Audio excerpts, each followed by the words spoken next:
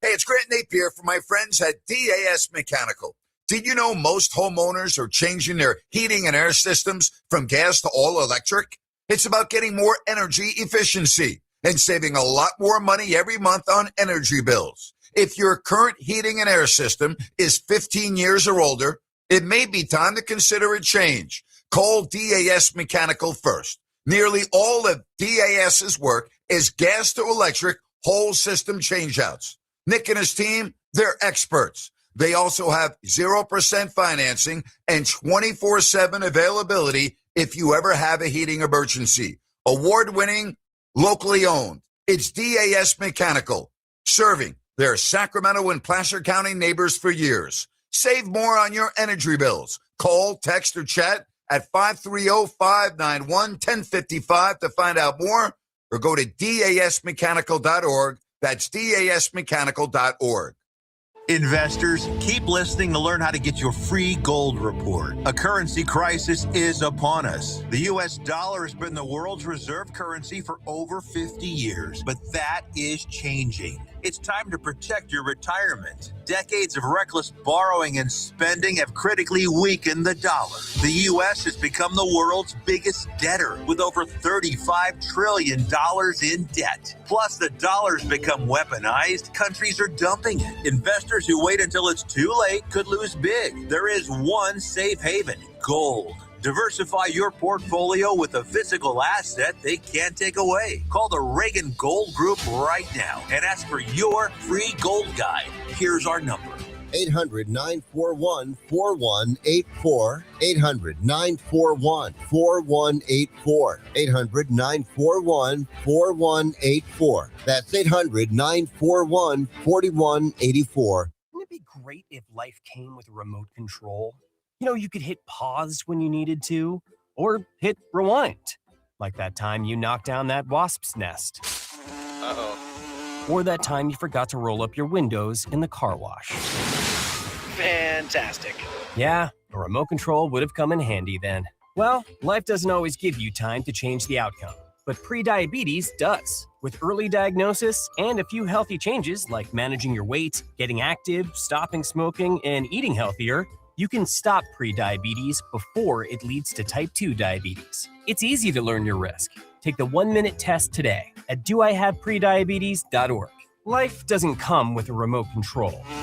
Yikes! So you're on your own with the wasps. You have the power to take control of prediabetes. Visit doihaveprediabetes.org today. That's doihaveprediabetes.org. Brought to you by the Ad Council and its Prediabetes Awareness Partners.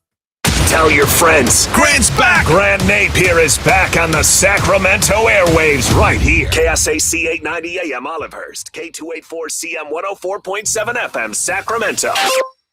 Hello, Sacramento. Sacktown. And welcome in. Grant Napear. How you been? You know this guy. It's your show. So happy to hear you on the airwaves. Time to begin. 2+ decades on the radio with you. Just the start of an incredible journey. Now he's back on Fox Sports 104.7 FM and 890 AM. 3 to 6 every day, Fox Sports Sacramento. The phone number? 916-779-0929. His name? Grant Napear.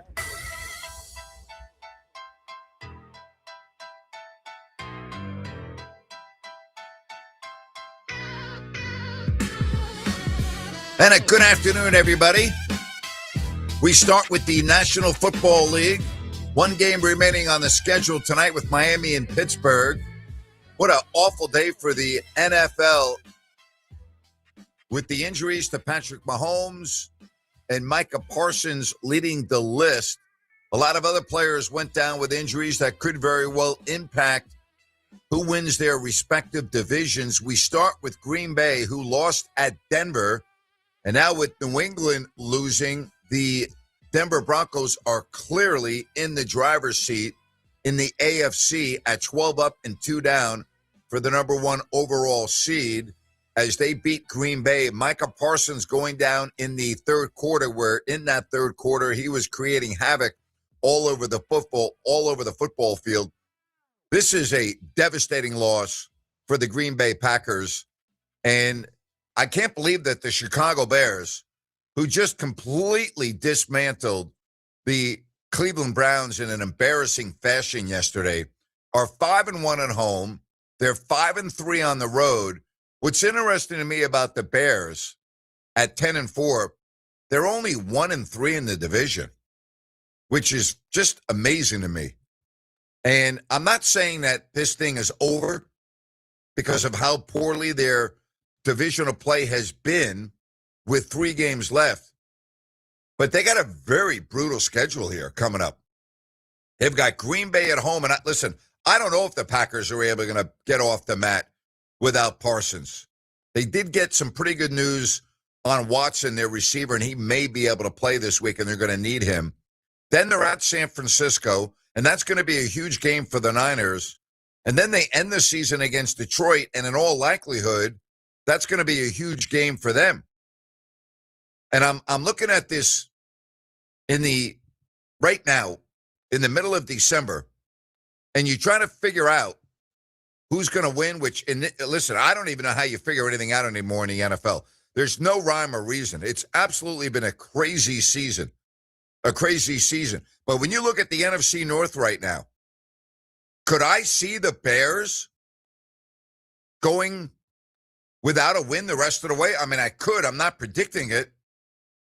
I mean, I'm not ready to say that they're going to lose to the Packers. But if I'm Green Bay, I'm still right there in the mix, even though the loss yesterday, and you're 4-0 in the division. Keep that in mind.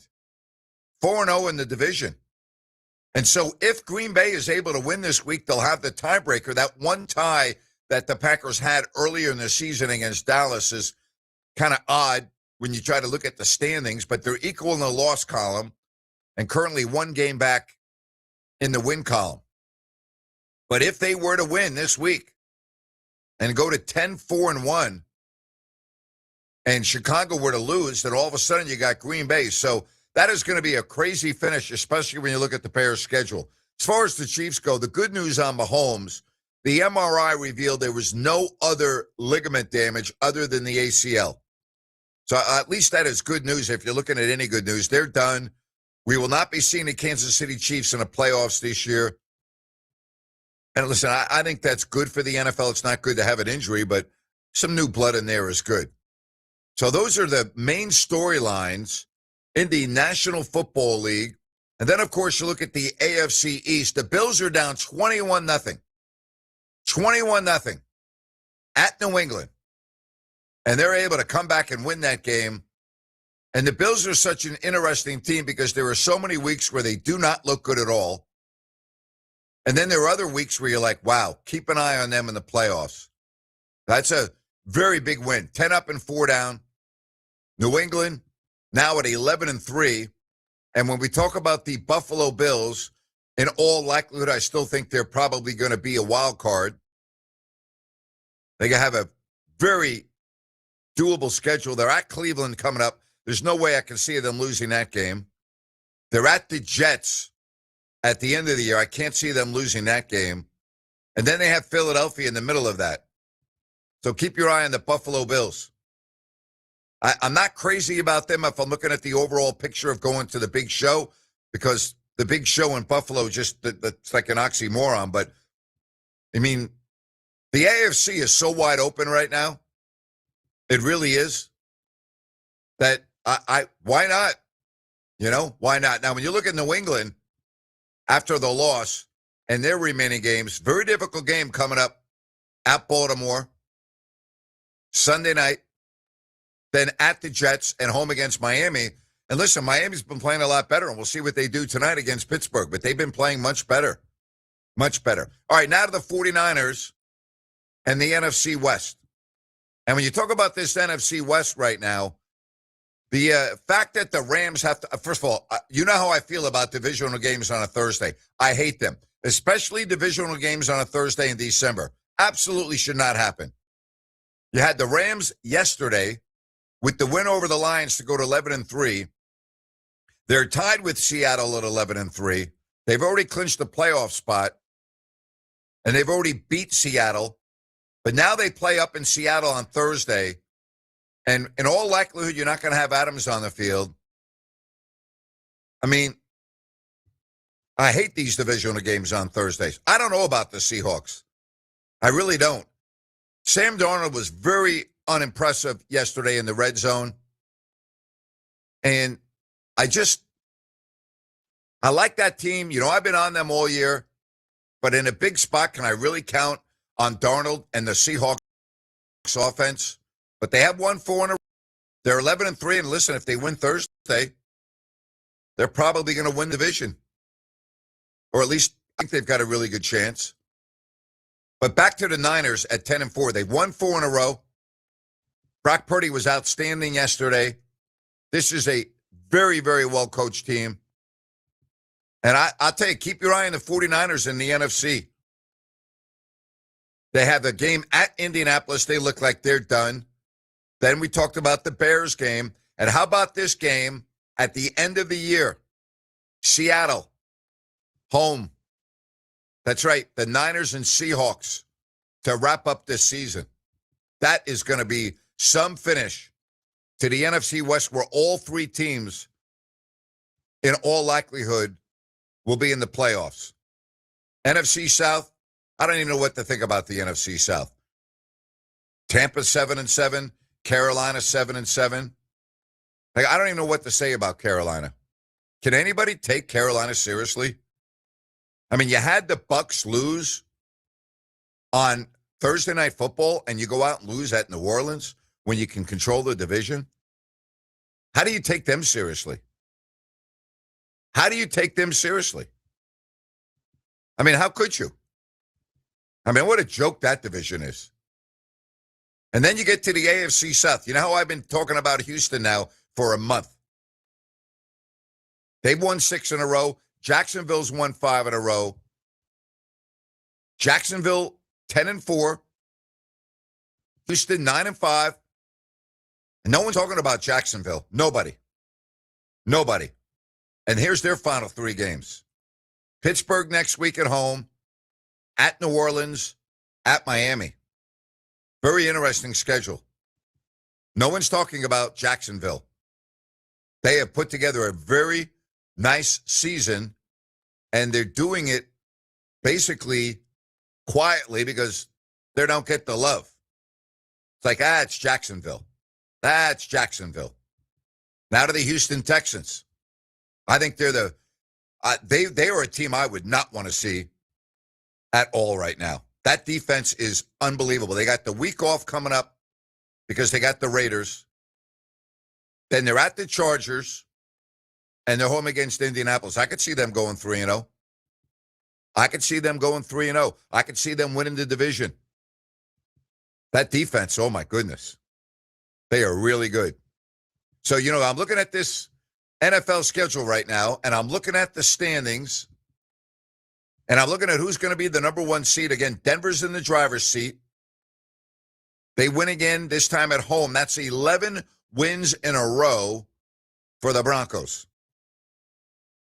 I'm looking at the NFC, and you got to figure, in all likelihood, the winner of the Seahawks and the Rams this week will control their own destiny to be the number 1 seed.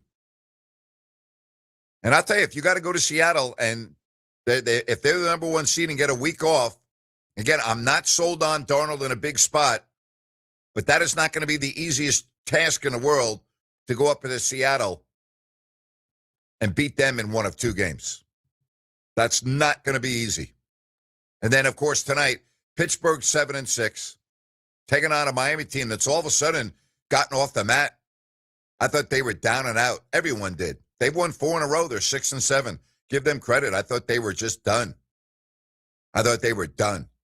So, again, a couple of quick thoughts on the NFL, and we'll get to a lot of calls on that at 916-779-0929. But there is no favorite right now in the NFL. There just isn't. I mean, in the AFC, you could see Denver coming out of there. You could see the Chargers. I wouldn't rule out Jacksonville. I wouldn't rule out Houston. I'm not crazy about any team in the North. And you can't rule out New England or Buffalo. So, I mean, when you look at this, and I'm not on board with saying the Ravens are going to get hot. Their body of work doesn't do it for me. But if I'm looking at the Patriots and the Bills, I can see it. Jacksonville and Houston, I could see it. Denver and the Chargers, that's 6 teams I could see coming out of the AFC. In the NFC, Philadelphia, just because. The Rams, yes. Seattle, yes. I can't rule out San Francisco. I'm not ready to say the Bears, but I mean, good Lord. They're having an amazing season. I'll tell you who's not having an amazing season. That would be the Sacramento Kings. All right? That would be the Sacramento Kings. Plain and simple. That would be the Kings.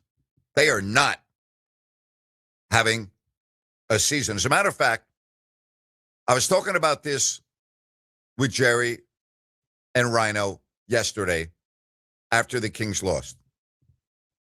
And I was asking them, and I asked Jerry, who's been here from day one. All right. By the way, I did get the schedule wrong. You're right. They do have the Broncos coming up this week. I'm talking about Jacksonville. I did see your text. Thank you very much. I asked Jerry, because he's been here from day one. I asked him if this is the worst Kings team since the Kings moved here in 1985. And he said yes, based on the talent that is on this team. I don't even know what to say anymore about the Kings, and that's how bad things have become.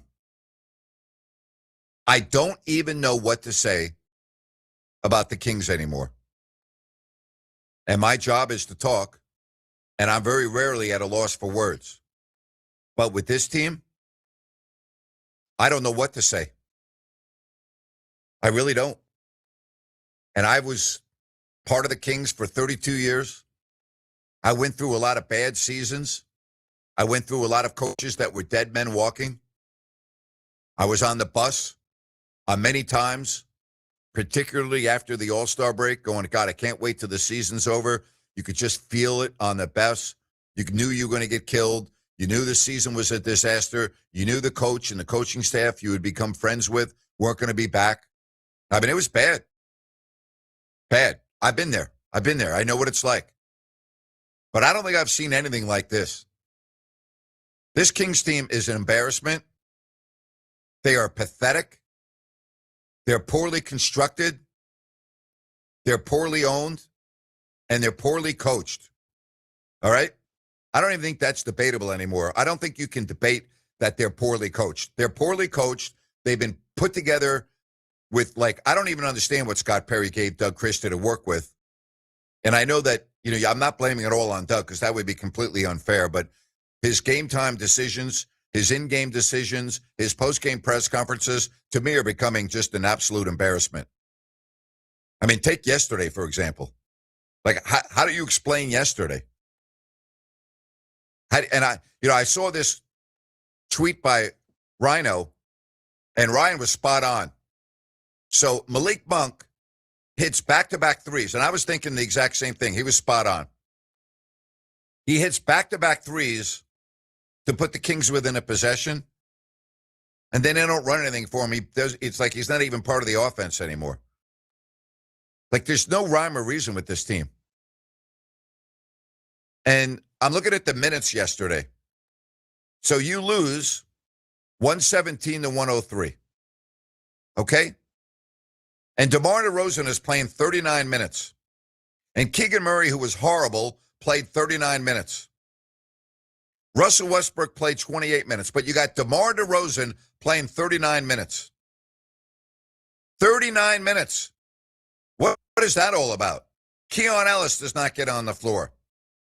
Devin Carter, who looked very good in the previous game against Denver, did not get on the floor. Would you not? Jerry made a great point. He would have loved to have seen Carter on Dante DiVincenzo when he got it going. Me too. Nick Clifford, who's been a huge disappointment and quite frankly looks lost on the court, played 13 minutes. And listen, I get it now with Doug. You can't just keep putting him out there when he looks lost. He looks like he's never been on a court before. He looks terrible. So I can't really even get on Doug anymore for not playing Neek. Neek needs to be in the G League for a couple of games. That's what he needs. Find some confidence. Seriously. But, and I mean this, the holidays are here. Why would you want to go to a home game? Why would you want to go see Sacramento play when they're getting embarrassed on most nights? Why? Like, it's being competitive is one thing, and getting embarrassed and having a coach that, in my opinion, has no clue to what's going on, or he's being told what to do, which is unfortunate for Doug because he needs to coach the team the way he wants to. There's no explanation for what's going on. Zero. There's just none. I'm sorry. There's no explanation for what's going on. They're at Portland coming up on Thursday. Home Portland on Saturday. Then home Houston, home Detroit, home Dallas. 4 home games left before the new year. Are you going to any of the games? Are you going to any of those games? Are you going because you want to see Houston play? You want to go see Durant? Are you going to see Detroit play because they're a really surprise team in the East? I mean, I don't know why you're going to the game. They rarely stay within 10 points anymore. So I asked Jerry, is this the worst team you've ever seen? And he said, based on the talent, yes, it is. And Jerry came from Kansas City in 1985, and Jerry has seen a lot of bad basketball.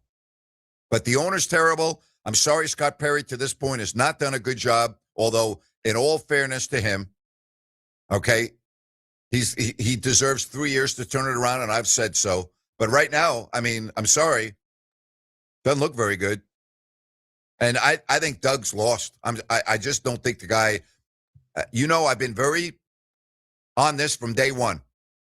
I have not deviated from what I told you. I said it last year after the Kings lost to Dallas on my YouTube show with Rhino and Jerry. I said that he was not an NBA head coach, that he would not receive an interview if he had gotten let go after the loss in the play-in game to Dallas. He wouldn't have had one interview anywhere around the league. That's just the fact. That's just the way it is. It's not me being critical. It's not me being, I don't like Doug. It has nothing to do with that. It's just the truth. You got to be able to handle the truth. That's the truth. All right, you can't deny that. All right, Scott Perry did not hire Doug Christie. I told you that. And you have a disaster on your hands. And you have somebody that is not capable of handling this situation. You just don't. Plain and simple, you don't. So where do you go from here? Well, at this point, your season's over, and I think you've already accepted this. You might as well just go for the best percentages with the lottery because your season's over, and try to do it without being totally embarrassed with a point differential that is pathetic. Do you know how bad their point differential is? This is hard to believe. Their point differential, okay, is minus 11.6. How bad is that? I'll tell you how bad that is. The next is minus 8.6. And you know how I do my top 5 teams in the NFL every week and my bottom 5 teams in the NFL every week? I'm going to do that with the NBA now, and the reason why I'm doing it now is I wanted to wait until all the teams had played 25 games. And now all the teams have played 25 games. And I think that 25 games, I should take that back. Utah has played 24, but they're not in my top 5 and they're not in my bottom 5, so it doesn't matter. I like to go, I've always used my barometer of 20 to 25 games. I wanted to wait 25 games. So I'm going to give you my top 5 NBA teams every week, my bottom 5 NBA teams every week, and we're going to do that right now. Not right now, but we're going to do that this week. So we got the NFL to talk about. We've got the NBA, and your phone calls at 916-779-0929. From the 916, what is my take on the ridiculous NBA Cup? Here's my only take. My take is that after watching San Antonio and Oklahoma City, the Sacramento Kings are light years away from being good. That's my take on the NBA Cup. Because I don't have any other takes on the NBA Cup because it's a gimmick. It is something that I have not been on board with. And that's it. That the Kings are stratospheres away from where Oklahoma City is and San Antonio. Hey, before we get to the break, I want to talk to you about my friends at DAS Mechanical. Did you know that most homeowners are changing their heating and air systems from gas to all electric? It's about getting more energy efficiency and saving a lot more money every month on energy bills. If your current heating and air system is 15 years or older, it may be time to consider a change. Get in touch with DAS Mechanical first. Nearly all of DAS work is gas to electric, whole system changeouts. And when you talk about their specialty and being experts, well, that's DAS Mechanical with Nick Delancey, the owner, and his team. And they also have 0% financing and 24/7 availability if you ever have a heating emergency. Award-winning, locally owned, family-owned DAS Mechanical, serving their Sacramento and Placer County neighbors for years. Get on touch with them by going online. Very simple to do. DASmechanical.org. And spend a moment or two and read all of their 5-star reviews and their numerous Best of the Best awards. D as in dog, A, S as in Sam, mechanical.org. Again, you can schedule everything online. When we come back, your phone calls, text messages, 916-779-0929 on the Grant Napear Show, Fox Sports Sacramento.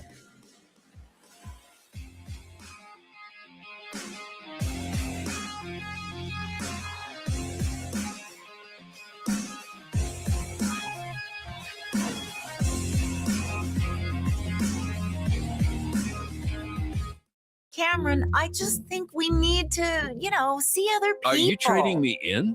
No. A trade-in is what I'm getting from Kitchen Mart. A trade-in. Right now, Kitchen Mart's offering a $750 credit when you trade in your old kitchen countertops for something worth showing off, like granite, marble, or solid surface. I'm not worth showing off? Not like the stunning new quartz countertops Kitchen Mart just installed for Karen and Tom. Huh. Durable, easy cleanup, made their kitchen look brand new. And Kitchen Mart gave them a $750 trade-in credit to haul off their ugly old tile and grout countertop. You're dumping me. That's harsh. You want me to wait till I get the new countertops from Kitchen Mart? At least hold off till Wednesday. I'm seeing Susan. Susan! Now's the perfect time to trade up to beautiful new quartz, granite, marble, or solid surface countertops. Because for a limited time, Kitchen Mart's offering a $750 trade-in credit for your old countertops. Go to kitchenmart.com today and schedule a free in-home consultation and save $750 off new countertops. No one does it better than kitchenmart.com. Investors, keep listening to learn how to get your free gold report. A currency crisis is upon us. The U.S. dollar has been the world's reserve currency for over 50 years, but that is changing. It's time to protect your retirement. Decades of reckless borrowing and spending have critically weakened the dollar. The U.S. has become the world's biggest debtor with over $35 trillion in debt. Plus, the dollar's become weaponized. Countries are dumping it. Investors who wait until it's too late could lose big. There is one safe haven: gold. Diversify your portfolio with a physical asset they can't take away. Call the Reagan Gold Group right now and ask for your free gold guide. Here's our number. 800-941-4184. 800-941-4184. 800-941-4184. That's 800-941-4184. Wouldn't it be great if life came with a remote control? You could hit pause when you needed to, or hit rewind, like that time you knocked down that wasp's nest. Uh-oh. Or that time you forgot to roll up your windows in the car wash. Fantastic. Yeah, a remote control would have come in handy then. Well, life doesn't always give you time to change the outcome, but prediabetes does. With early diagnosis and a few healthy changes like managing your weight, getting active, stopping smoking, and eating healthier, you can stop prediabetes before it leads to type 2 diabetes. It's easy to learn your risk. Take the 1-minute test today at doihaveprediabetes.org. Life doesn't come with a remote control. Yikes! So you're on your own with the wasps. You have the power to take control of prediabetes. Visit doihaveprediabetes.org today. That's doihaveprediabetes.org. Brought to you by the Ad Council and its prediabetes awareness partners.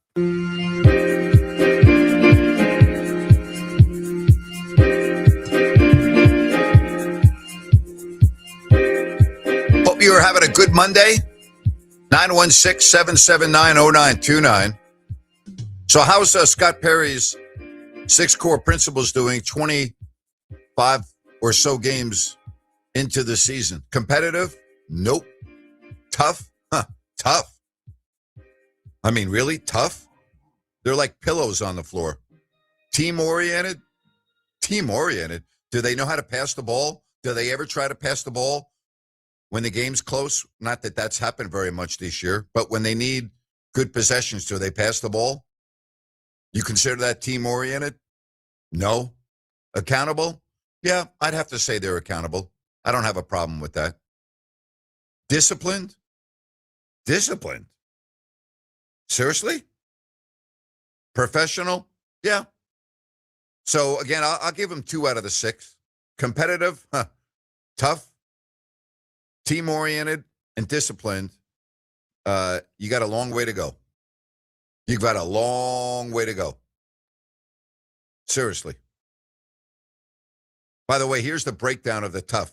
Demonstrating mental and physical resilience, especially on defense. That's pretty funny, actually. Oh, my gosh. I don't even know where to go from here. I mean this. I don't even know. I've been doing this for a long time. I started my radio career in Sacramento in 94 full-time. Before that, part-time. I've never been at a loss of words. I really haven't. I'm at a loss of words for this team. I really am. I don't know what to say anymore because there's no hope. Like, even if you get the number 1 pick in the draft next year, what do you think that's all of a sudden going to, like, vault you to the top? Really? Well, the Dallas Mavericks had the number 1 pick in the draft. They're 10-16. Now, it would give you hope, but you got a couple more years of this regardless of what happens in the draft. It's unbelievable. Kings can't win. Even if the games get close, they can't win. They're 1-13 in games decided by 10 points. It's a joke. It really is. And yesterday, when you have the game within reach, it's all iso ball. And, you can talk all you want about the Kings injuries. Minnesota was out there without their very best player, Anthony Edwards, and then Rudy Gobert left the game for personal reasons. So, you can't even talk about, well, they lost the game because of injuries. No, they didn't. They lost the game because they're terrible. And they don't know how to play together. That's why they lost the game. And here's the other thing. Are you in the midst of completely destroying Keegan Murray's career? That's how bad he looks offensively. I'm sorry, he just does. And what about Nick Clifford, Mr. Summer League? Oh, geez, I told you, Summer League, don't get too excited over Summer League. Right? Don't get too excited over Summer League. Grant, did you read De'Aaron Fox's comments on the Kings in his interview with Mark Spears?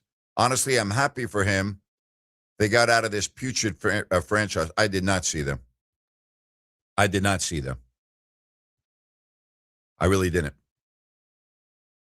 Rhino, I have been tough on the Kings because there's one thing to lose, and there's another thing to continually lose by 10 or more points almost every game you play. That's the part that is so difficult for me to digest. Yeah, it's the fight, and it's seeing guys do it periodically. It's seeing vets do it periodically. And I can't help but think you came up with the top 5 worst team in the NBA thing because of the Kings. Is that what spurred your idea? That was something I'm figuring, okay, it's 25 games in. I'm looking for content, and I don't know what else to talk about with the Kings, so why don't I just do the bottom 5 teams? Because I can guarantee you, Ryan, I'm gonna spoil this for you. It's almost like giving you your Christmas present before Christmas, Ooh. which, by the way, you don't get a Christmas present. Dang. But the I'm giving it to you. I'm giving it to you 10 days early. By the way, today's a big day in the NBA if you're into dates, is it not? It is December 15th. Free agents that signed, if they signed during the free agents period, they can now be traded. Okay.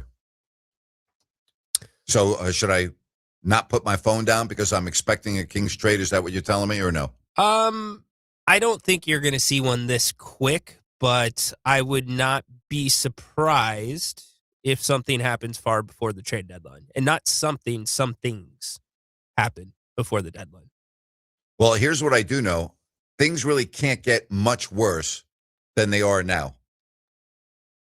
I know we always say we're at rock bottom, and then we find out that we're really not at rock bottom. And I'm not saying that the Kings are rock bottom right now, but I can't imagine them getting any worse than they are now. Yeah. That's saying something. Yeah. They can. Let's put it that way. Look at what Vivek did with De'Aaron Fox in terms of the trade and engaging one team. He gave Nico Harrison the roadmap to trade Anthony Davis, basically. Just talk to one team. But if you trade away an asset for something that fits worse with this team, that's older than the asset that you're giving up, that isn't of value, yeah, it could get worse. So you think that was the roadmap for Nico to trade Luka Doncic? No, I'm being completely sarcastic. I know you are. I know you are. Just like I know you are, but I'm doing that for the folks out there that are going, wait a minute, what did he just say? That's why I'm asking. Yeah, it's the same thing how Vivek started the firing mid-season of good coaches, right? Yeah. Oh, my gosh. The question on the text line, Grant, when will Westbrook be released? I would release Russell Westbrook today because he deserves so much better, and he shouldn't have been signed in the first place. And with the Kings at 6-20, and Doug Christie in love with Russ, and listen, I get it. He's one of the few guys, or maybe the only guy, well, I shouldn't say the only guy, that plays the game the way I want the rest of the team to play, with the vigor and the heart. And he may not play well every night, but it's not for a lack of effort. The guy's a consummate professional. He's dialed in when he walks into the building, and I appreciate the heck out of that. But I also understand that despite everything that's gone on, I need to see Devin Carter on the floor. I need to see Keon Ellis on the floor more. I need to have Neek go to the G League and get some games under his belt, and I need him to start playing the minutes. And Russell is just going to affect all of that, especially with the love affair that Doug has with him, and on some nights like last week, playing him 40 ridiculous minutes. So I think the guy deserves better. I would have a talk with him and his representatives and say, hey, do you have any irons in the fire out there? Because I would like to, we would like to give you what you deserve. And that's an opportunity to play on a good team. That's how I would handle that. But if he didn't have opportunities, you would allow him to stay. I can't imagine how he wouldn't have at least one opportunity right now. I think. I mean, with injuries and rosters and the fact that teams now, after 25 games, know what they have and what they don't have, I can't imagine him not getting on with the team. Yeah, I'm with you. He can help somebody. I don't think Houston's that fit. I think Chris Paul's a better fit there, but he can help someone. Yeah, I'm not so sure about Chris Paul. I know you and I have a different opinion on him, and that's fine. But Grant, he played 82 games last year. I understand. Speaking of playing 82 games, guys played a lot more than that in his career against your Seahawks. All right, here is my observation on Phillip Rivers. Based on the fact that he hasn't played in 5 years and he's 44, and the Colts really, they thought they were going to win a game when they kicked a field goal to go ahead with under 50 seconds left. I was surprised at the effectiveness of the Colts offense, but he has no zip on the ball at all. He's got the ball of all the NFL quarterbacks playing today, you can see the velocity being a real issue. And so that's my take on Rivers. Your thoughts? He had a couple ducks out there yesterday. Yeah. Okay. I thought he was fine. I thought for 44, not playing the game in 5 years, he didn't look out of place per se. And anytime you lead a team almost to a victory over Seattle in a game like that, it felt like they kind of took on a little bit of his personality there. Because, he's rough, tough, and just always all in for his team. But if you didn't know anything about that game or who was playing with it, would he have looked like a normal NFL quarterback to you? No way. Stumbling, coming out of the pocket in a shotgun and falling down and getting back up. No, I'm serious. No velocity on the ball at all. I mean, no velocity. There wasn't one. I mean, he threw some nice balls, but there's no zip on the ball. Yeah. No, he would not. I would not have said that. I would have said, who's this guy? I would have said, what? Wow, really? He's playing quarterback? I mean, I don't think he didn't embarrass himself, but if you're going to compare him with the quote-unquote modern-day quarterback, no, he didn't look like that. Would you rather have Sam Darnold or Phillip Rivers? Oh, in a heartbeat, Sam Darnold, not even close. Okay. In a heartbeat. Okay. In a heartbeat. I mean, not even close. Said, I'm a Seahawks fan. I'm nervous after yesterday's game. Or excuse me, if I'm a Seahawks fan, I'm nervous after yesterday's game. Yes, I'm a Niners fan. It's interesting you use the word nervous when you talk about the NFL. There's not any team, including Denver, that I wouldn't be nervous about entering a game because there are no great teams this year in the NFL. All teams have proven this year that they're vulnerable and they are beatable in many situations. Even Denver at 12-2, the game has been up for grabs in most weeks at the end, and they have done a great job to win those games, okay? So, you can't just say, well, gee, they're so much better than everybody else because they're 11-2 or 12-2. Yeah, their record says that, but the way the games have been played don't say that.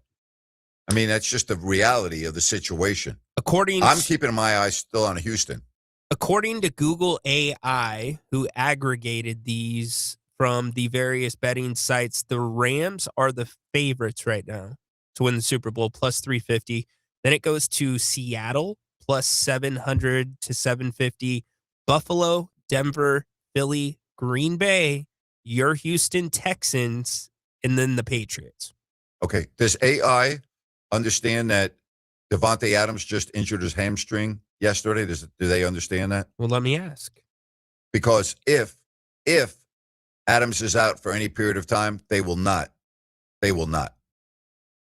Just curious. Thank you for asking. I appreciate that. You're welcome. We're waiting on AI. Oh, you are? Okay. I didn't know you had to wait that long on AI. Yeah, AI's eyes are starting to spin, Grant. We might need to check out a new site. So with the Rams on a short week, I'm going to say they're going to lose this week. I'm just going to say they're going to lose. I'm just for sake of argument. They're at Atlanta and home Arizona. So, all right, if you're going to look at their schedule, with or without Devontae Adams, they should, at the worst, end up 13-4. The issue with Seattle for me, you know how I feel, is Darnold. Yep. In a big spot. That's my issue with them. Me too. He needs to show us this week.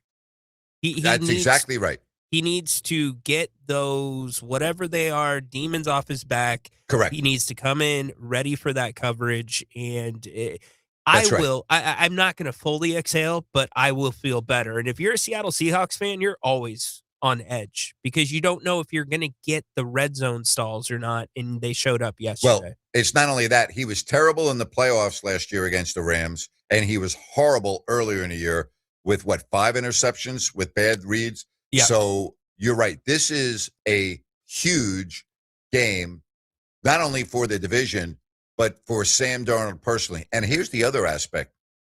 If you're the Seahawks and you lose this game, you're going to lose the division Yeah. Because you'll lose the head-to-head. And in all likelihood, to get through the playoffs in the NFC, you're going to have to eventually play the Rams again, I'm forecasting. And if you're a Seahawks fan, you would have no hope to beat the Rams in that situation. No hope. Really? No hope.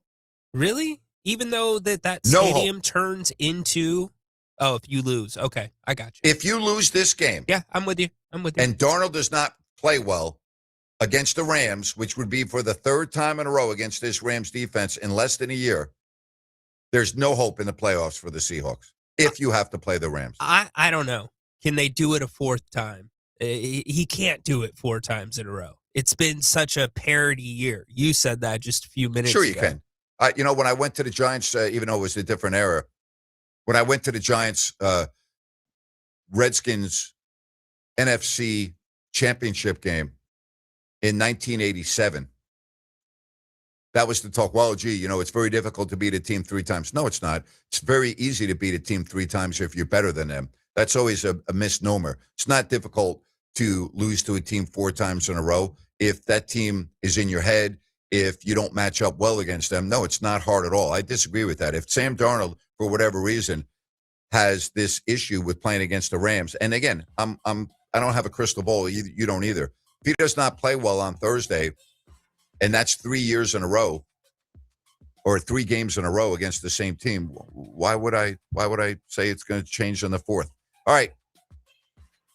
I mean, that's the way I look at that. Hey, I want to tell you about the phone number, 916-779-0929. That's 916-779-0929. And I also want to tell you about Village Financial Group. Spencer Grimmenstein, 25 years, owner, broker, family-owned business, home equity line of credit, buying or selling home. Spence is very creative when it comes to financing. He's a specialist. He has access to private money. Give him a call or text him at 916-805-4868 and be sure and ask for the investor special. It makes sense to call Spence at 916-805-4868. That's Village Financial Group. They're looking out for your best interest. And again, Spence is awesome experience. The family-owned business, 25 years, specialist. Give him a call. 916-805-4868. Back right after this.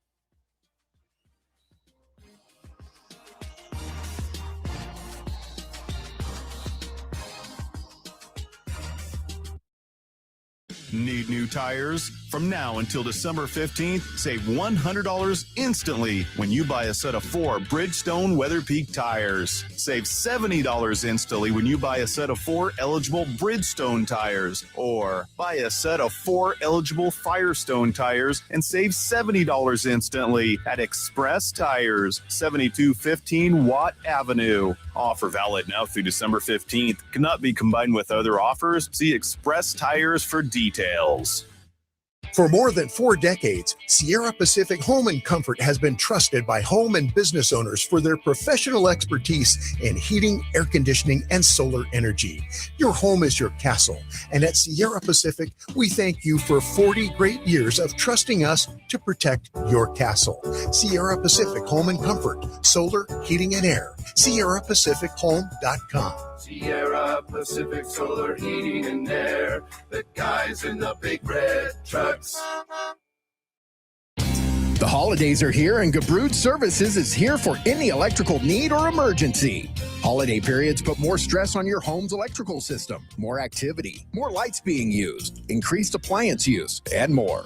Here are 3 holiday electrical reminders from the good dudes at Gabrud's. 1, there's still time for Gabrud's to inspect your home's electrical integrity. 2, Gabrud's are the experts in backup generator installation with flexible financing options to make a whole house generator affordable. And 3, Gabrud's has live call answering 24/7. We're here any time of day, especially in case of an emergency. At Gabrud's, electrical work is all we do. And at the holidays, we're here to ensure your home and family are safe. Locally owned for more than 30 years. Call Gabrud's, G-U-B-R-U-D-S. Call the good dudes at Gabrud's, G-U-B-R-U-D-S, Gabrud's.com. Wouldn't it be great if life came with a remote control? You could hit pause when you needed to, or hit rewind, like that time you knocked down that wasp's nest. Uh-oh. Or that time you forgot to roll up your windows in the car wash. Fantastic. Yeah, a remote control would have come in handy then.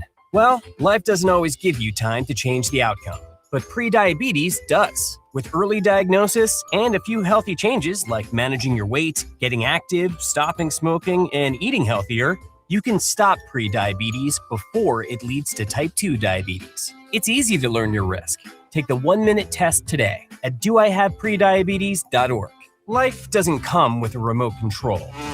Yikes! So you're on your own with the wasps. You have the power to take control of prediabetes. Visit doihaveprediabetes.org today. That's doihaveprediabetes.org. Brought to you by the Ad Council and its prediabetes awareness partners. Remember, always be generous with the nutmeg. Just eyeball it. Okay. Mom's wisdom has served you well, but now it may be your turn to guide her. Hey, I'm worried about Mom. She keeps forgetting her famous sweet potato pie recipe. Some things come with age, sis. And some don't. Knowing the early signs of Alzheimer's in a loved one will help you make the best decisions for your family. Visit 10signs.org to learn the signs. Brought to you by the Alzheimer's Association and the Ad Council. Snakes, zombies, public speaking. The list of fears is endless. But the real danger is in your hand when you're behind the wheel. Distracted driving is what's really scary and even deadly. Eyes forward. Don't drive distracted. Brought to you by NHTSA and the Ad Council.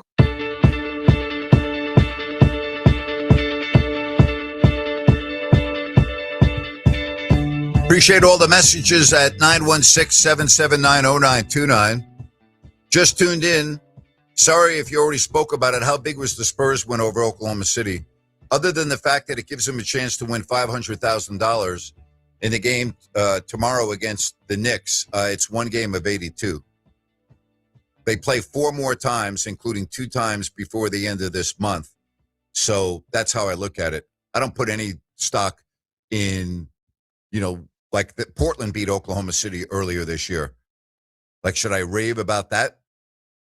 Here's what it showed me. It showed me that when the Spurs are all together, which was the case for the first time when they beat Oklahoma City, they're very formidable. Very formidable. And they have a player that no one else in the league has in Victor Wembanyama. There's nobody in the league that can do what Wemby does. There's nobody that we've ever seen in the league like Wemby. That player has never existed before. And he does exist now, and he's on the Spurs. And if he stays out of serious injury, the Spurs will win championships with Victor Wembanyama. They just will. So, again, other than winning $500,000 if you beat the Knicks per player, it's one game out of 82.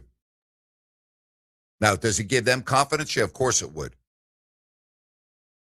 But it's one game. I didn't think Oklahoma City was going 81-1. Did you? I didn't think that was the case. All right, appreciate all the questions that I'm also getting on our YouTube page. And a lot of questions regarding the Kings.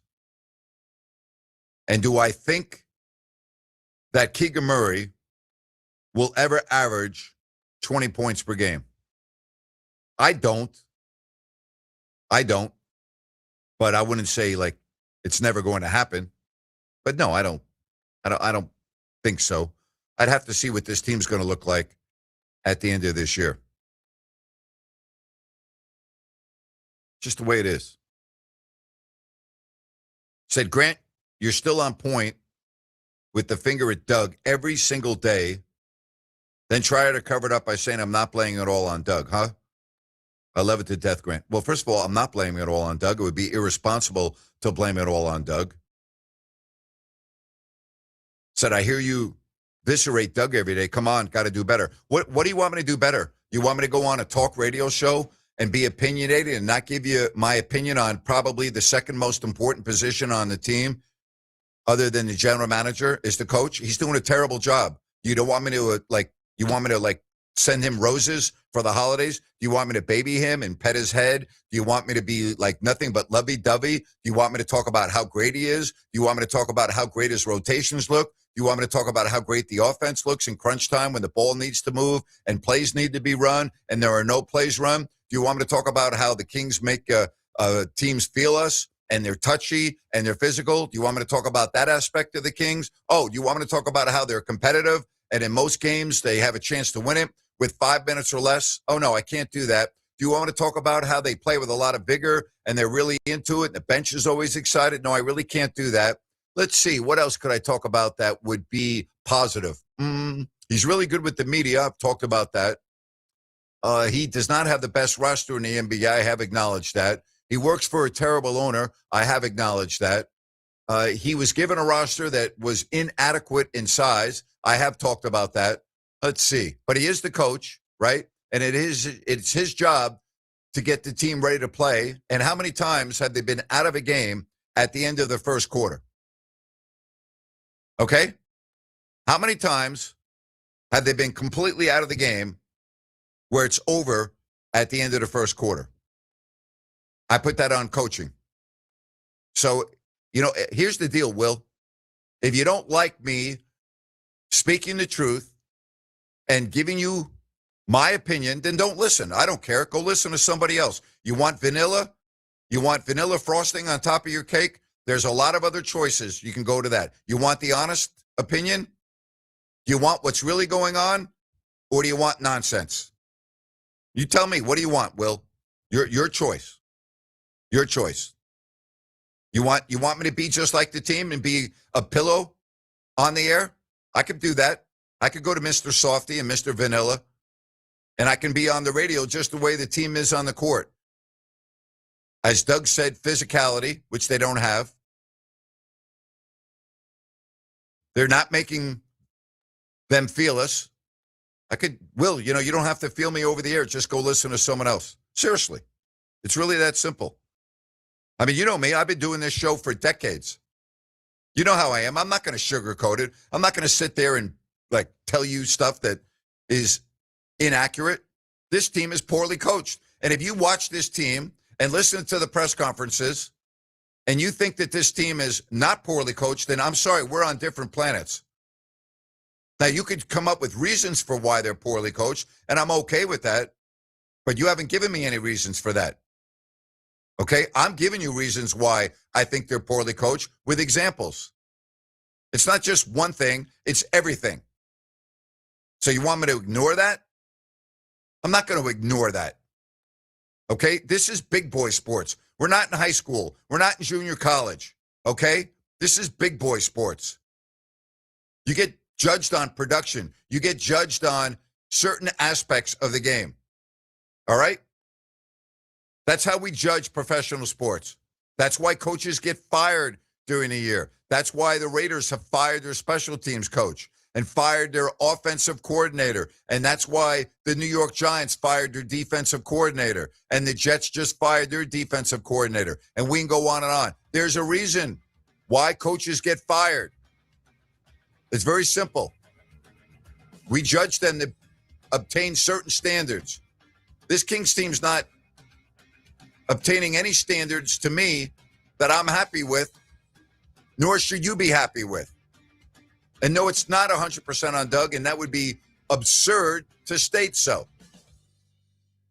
All right, when we come back, my top 5 teams in the NBA, my bottom 5 teams in the NBA, that's next, right here on Fox Sports Sacramento.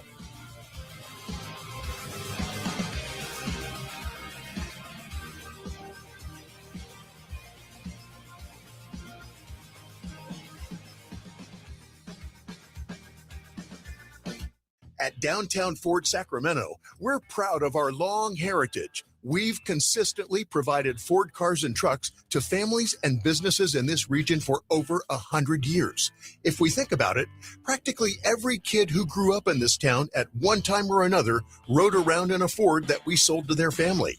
We've served multiple generations of local farmers and ranchers who got their rugged Ford trucks from us. We've also provided many of the emergency vehicles that you see out doing the people's work every day on the streets. All of us at Downtown Ford, from our top-notch service department who keep your Ford running like new, to our dedicated finance team and the guys and gals in our showroom, we thank you for generations of love and loyalty to us. And for that love, we say right back at you. We're doing Fords just like we always have. Come see us any day of the week or visit us online at downtownfordsacramento.com. The holidays are here, and Gabrud Services is here for any electrical need or emergency.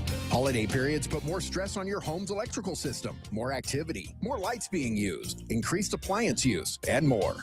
Here are 3 holiday electrical reminders from the good dudes at Gabrud's. 1. There's still time for Gabrud's to inspect your home's electrical integrity. 2. Gabrud's are the experts in backup generator installation with flexible financing options to make a whole house generator affordable. And 3. Gabrud's has live call answering 24/7. We're here any time of day, especially in case of an emergency.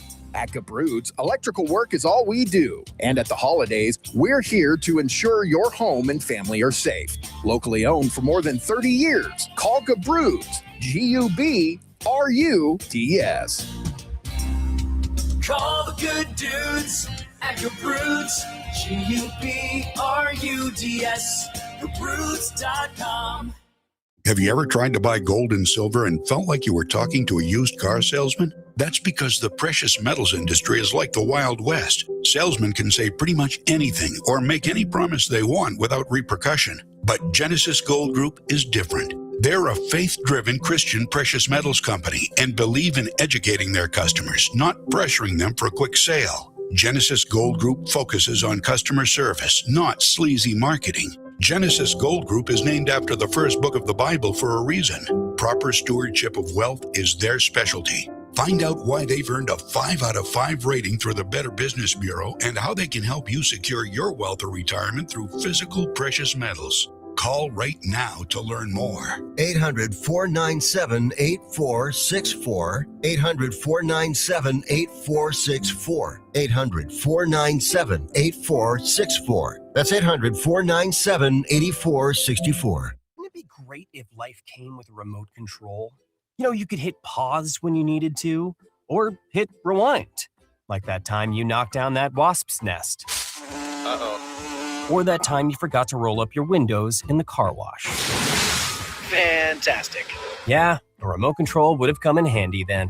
Well, life doesn't always give you time to change the outcome, but prediabetes does. With early diagnosis and a few healthy changes like managing your weight, getting active, stopping smoking, and eating healthier, you can stop prediabetes before it leads to type 2 diabetes. It's easy to learn your risk. Take the 1-minute test today at doihaveprediabetes.org. Life doesn't come with a remote control. Yikes! So you're on your own with the wasps. You have the power to take control of prediabetes. Visit doihaveprediabetes.org today. That's doihaveprediabetes.org. Brought to you by the Ad Council and its prediabetes awareness partners. Grant Napear is back every weekday afternoon, 3 to 6. This is Fox Sports, KSAC 890 AM Olivehurst, K284CM 104.7 FM Sacramento.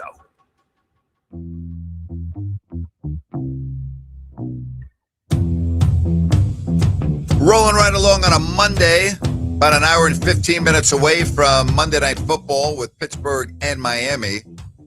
916-779-0929. Coming up tomorrow, Sean Salisbury. My top 5 teams in the NFL. My bottom 5 teams in the NFL.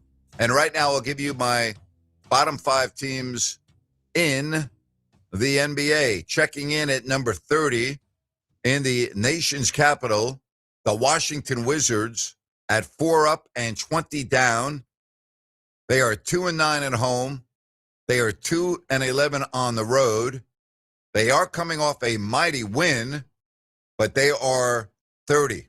Right next to them, neck to neck, shoulder to shoulder, hip to hip, are your Sacramento Kings at 6-20 with the worst net rating in the league. It's embarrassing. They're horrible at home. They're horrible on the road. Most nights they're not competitive. And I can't wait for the 2 meetings this year between the Sacramento Kings and the Washington Wizards. Must-see TV, boys and girls. So, Washington 30, Sacramento 29, and the New Orleans Pelicans, the red-hot New Orleans Pelicans. They have won 2 in a row. Break up the Pels at 5-22.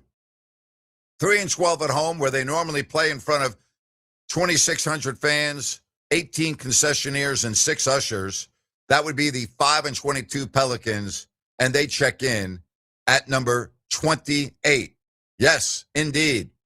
The team that is next on my list, the LA Clippers, 6-19. Dreadful. They've lost 8 of 10. They are my 4th worst team in the association. Again, they have lost 8 of 10 games. Then, who is next? It was a toss-up. A toss-up. Did I go with Brooklyn? Did I go with the Pacers? I'm going to go with the Pacers at 6-20. Playing a little bit better as of late, but so is Brooklyn. So I've got the Pacers in there as my 5th worst team. While Washington is at the bottom of the list, they can see them all. And right next to them, the Kings. I have a feeling that when I do my bottom 5 next week, that the Kings will be at number 30 because I don't see them winning a game here anytime soon. But right now, I've got them at 29. Who are my top 5 teams in the association? Well, that's easy. Oklahoma City is number 1 at 24-2, plus 16.8. Their differential is absolutely staggering. It is unbelievable. Coming in at number 2, those mighty Pistons from the Motor City.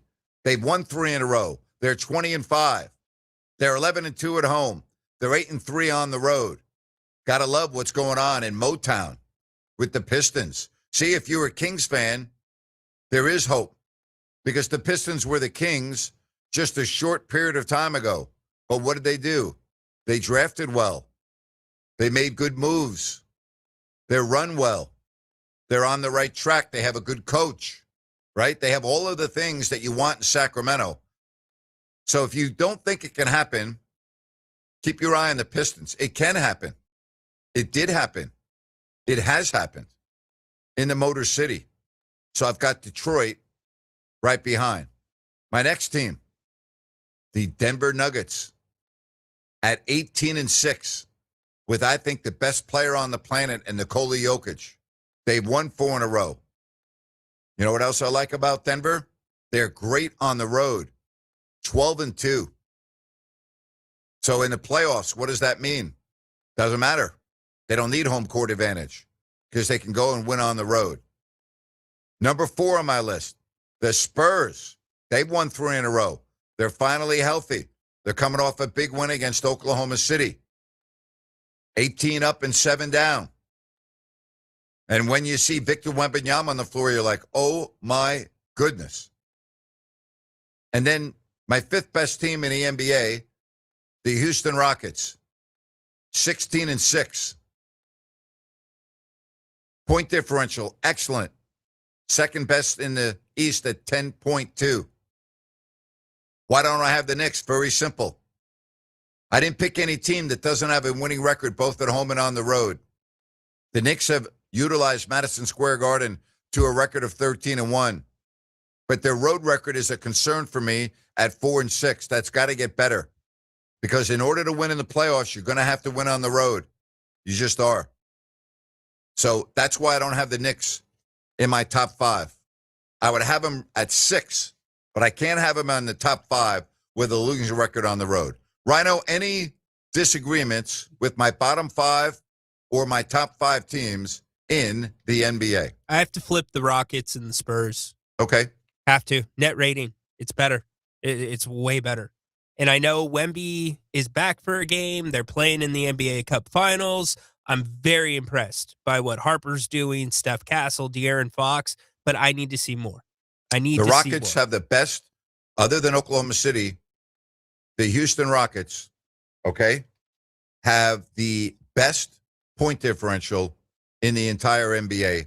So it's Oklahoma City 1, Houston is second at plus 10.2. Which screams consistency, because that's what Oklahoma City does. And look at that net rating. And it's much bigger than the Rockets as well. Okay, let me ask you one more category. You don't have to do 5, but maybe give me 3. Your 3 most overrated teams in the NBA. Very good question. Very good question. Minnesota is overrated in my opinion. They're 17-9. And what I mean by that, I don't look at them as a legitimate threat with how they play in the playoffs. So I have them as an overrated team. All right.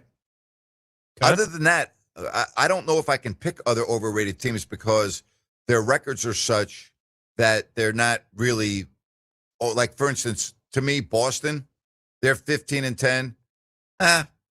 You know what I mean? Like, are they overrated? I don't think they're overrated, Ryan, because I don't think most people are expecting them to do anything. So that would be one. Are the Lakers going to hang on at 18-7? Yep. You think so?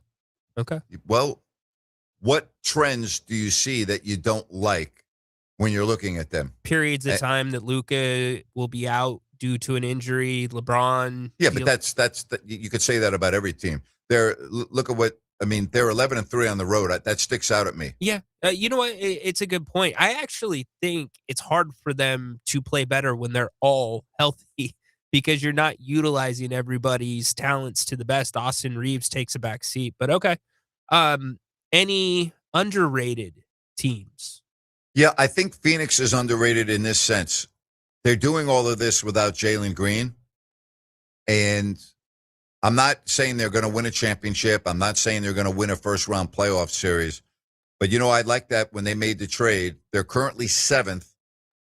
And I don't know if I could see them as a top 6. But if they get Green back and that meshes, that could be really, really effective for them. That could be really effective for him. I agree with you. Throw the Atlanta Hawks on that list as well for me. They're 10-6 on the road. They were 5-5 over their last 10, but I think they are going to get better, which makes the decision with Trae Young even more interesting. And how Trae Young, how will they handle that? Will they integrate back into what Trae Young does with the pounding the ball, or are they going to have to make Trae integrate with what they're doing right now? Well, I actually think the Hawks are better without Trae Young. So I agree. To me, I would love to move him if I'm the Atlanta Hawks. I mean, I'm with you. Yeah. You know me, I'm not a huge Trae Young fan. Is it and the I keep hair? hearing about Sacramento, and I'm like, nah, I don't want him in Sacramento. Is it the hair? Is that it? No, it's definitely not the hair. I don't want to get people like, oh, gee, no, you know what I mean? Like, you can't even joke about that stuff anymore. But the the Hawks to me are better. They're just better without Trae Young. I'm with you. Much more balanced. They're a team, Ryan. Yes, they are a team. I like that. But I don't want to see him on Sacramento. Yeah. That'd be a disaster in Sacramento, in my opinion. I don't think it works. I know Jerry likes him. I also don't think you're buying particularly. I think you're buying on the high side with Trae Young too. I don't think that's somebody that you're going to be buying low on and getting more out of. What happens if the Kings can't move the players that we are expecting them to move?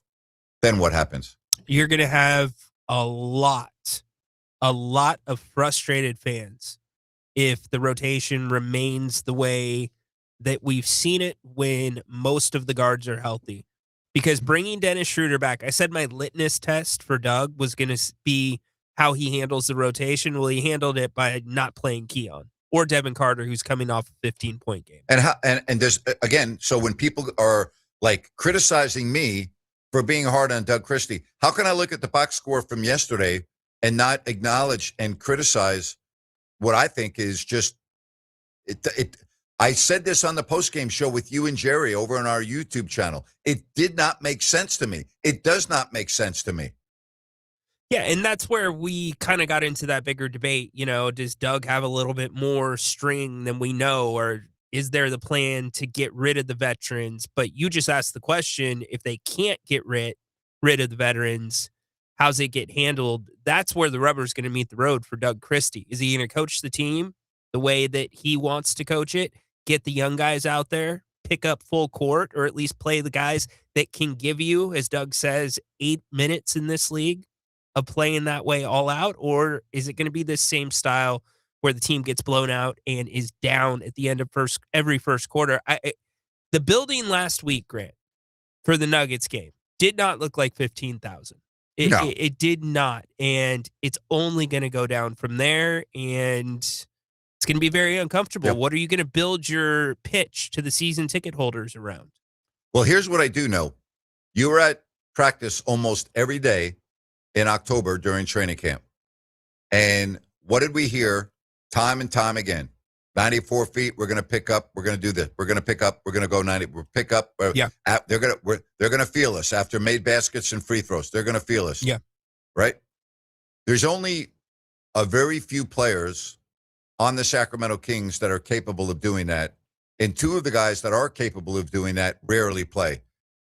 So, like, you explain to me how with Russell Westbrook and now Dennis Schroeder back, along with Zach LaVine, with Malik Monk, and a guy that I keep on hearing about can play point, but I haven't seen it yet, in Nick Clifford, how is it that Devin Carter and Keon Ellis are going to get meaningful minutes? Like, it's just, you can't play 10 guys at once, all right? You can't play 5 guards at once. You can't have, like, 5 guards on the floor in the NBA. It just does not make sense. And so you have a 37-year-old player in Westbrook who plays his tail off every game. You have a disappointing Dennis Schroeder, although I thought he played well yesterday. And now all of a sudden, now what? Now you have young players that aren't going to be able to get on the floor again. Explain that to me. Yeah, I really can't, but I will point out this. The Kings aren't putting themselves in a position to even do that consistently. To do that consistently, you need to get to the free throw line. You need to make free throws. You need to make buckets. You need to execute in the half court. I mean, it's so slow and predictable in the half court, Grant. They started doubling. DeMar DeRozan wasn't even on one last night. And when it got down to 5-6 minutes left in the game, they're sending a double at him because they know that's the only place the Kings are going to go. And almost everybody else was not super involved. Yeah. I'm hearing you. I'm with you. All right. So we got a question earlier about the story that Mark Spears on Anscape put out with De'Aaron Fox. And I read the story. And you know what was the most interesting aspect of the story? All right. For me personally, was Anscape, all right, mentioning, all right, that some veterans on the team are having issues with Doug Christie. That was the part of the story that really stuck out to me. That's the part. I was looking at that. I'm like, interesting that a very well-connected individual in the NBA, which Mark Spears is very, very well-connected. That is not really debatable. He's very well-connected. I don't agree with him on a lot of things that he writes about or talks about it. I don't ever read Anscape. I'm reading this one. But I'm a big fan of his, and I've known him for a long time, and I have a lot of respect for him. But that was a very interesting aspect to this story that stuck out to me. Well, all right, well, here it is. I'll just read it to you. Yeah. The Kings are struggling with the likes of Murray and veterans Domantas Sabonis, Zach LaVine, DeMar DeRozan, and Russell Westbrook on the roster. Sources told Anscape that there is a disconnect between some veteran Kings players and Christie and his coaching staff. Mm-hmm. Interesting. That's the part of that story. There's nothing that I read from De'Aaron that surprised me. It did not surprise me that he talks to Mike Brown and has a lot of respect for him. I already knew that. Didn't surprise me that he really likes being in San Antonio. I knew that.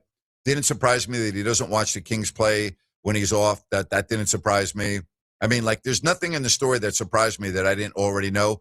That sentence in there raised my eyebrows a little bit. Does it really? Because Yes. you've said the veterans are going to be asking to get out. We see guys, I don't want to say being unprofessional. That's not fair to say.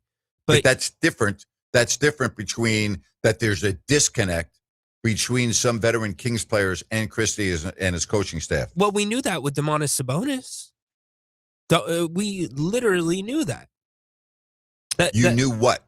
That Domas was not happy with the new quote-unquote offense in the positions he was being put in. And then you saw whether it was a conversation that happened, a tweak to the offense. You saw before Domas got injured, the offense running a little bit different and through him. They started games going to him, and that changed.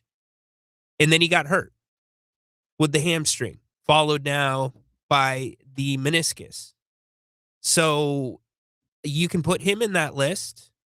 Could you almost, it's not going to be Westbrook. No. It's not Murray per se. I mean, I guess it could be Keegan. I don't think that is, though. I think he knows that a lot's being asked of him, but he is getting the respect back from the veterans. Quote, DeMar DeRozan said, This is Keegan's team. Let's look at Zach LaVine, Grant. But I guess I would ask this, too. How many people is De'Aaron Fox really talking to in that locker room? And I know Mark Spears is reporting the disconnect, but, it's not like De'Aaron left on great terms with some of his teammates. I don't know who he's talking to and who he's not. What I do know is that the Kings are an absolute mess, and I've laid it all out for you. And the biggest issue that I see right now is that one good draft is not going to turn this franchise around. It will get you on the right task or to have the right task to continue building. I think Max Reynaud looks like a nice piece. I'm really disappointed with what I'm seeing in Nick Clifford. He needs to go to the G League for a couple of games, as you said on the show last night. I mean, it just needs to happen. He needs to go, and I mean this with all due respect, he needs to go for a couple of solid weeks. He needs to spend some time down there, much like Devin Carter did, because these 5-minute spurts are not going to improve what's going on. Because I asked Jerry, and Jerry agreed that a big part of it is he's playing without the ball and adjusting to the NBA, but the ball's not really moving. So that would do him well. And whoa, the ball's not moving on the Sacramento Kings. That's one of their three identity characteristics. Yeah, passing the ball on offense. Team oriented, right? What a joke! It's a joke. You can see it though, and we had this debate last night about Keegan Murray, about guys taking difficult shots and trying to create for themselves because they know if they give the ball up, they're probably not getting it back. If your name is not Dennis Schroeder, Russell Westbrook, or DeMar DeRozan.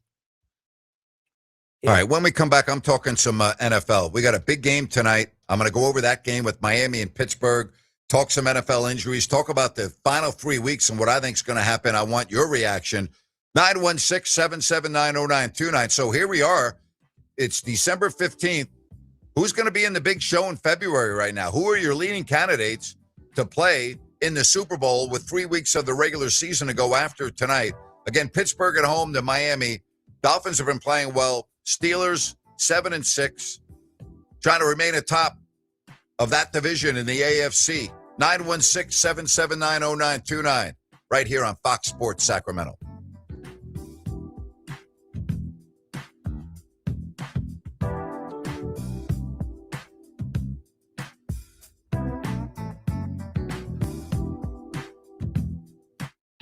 The holidays are here, and Gabrud Services is here for any electrical need or emergency. Holiday periods put more stress on your home's electrical system, more activity, more lights being used, increased appliance use, and more. Here are 3 holiday electrical reminders from the good dudes at Gabrud's. 1, there's still time for Gabrud's to inspect your home's electrical integrity. 2, Gabrud's are the experts in backup generator installation with flexible financing options to make a whole house generator affordable. And 3, Gabrud's has live call answering 24/7. We're here any time of day, especially in case of an emergency.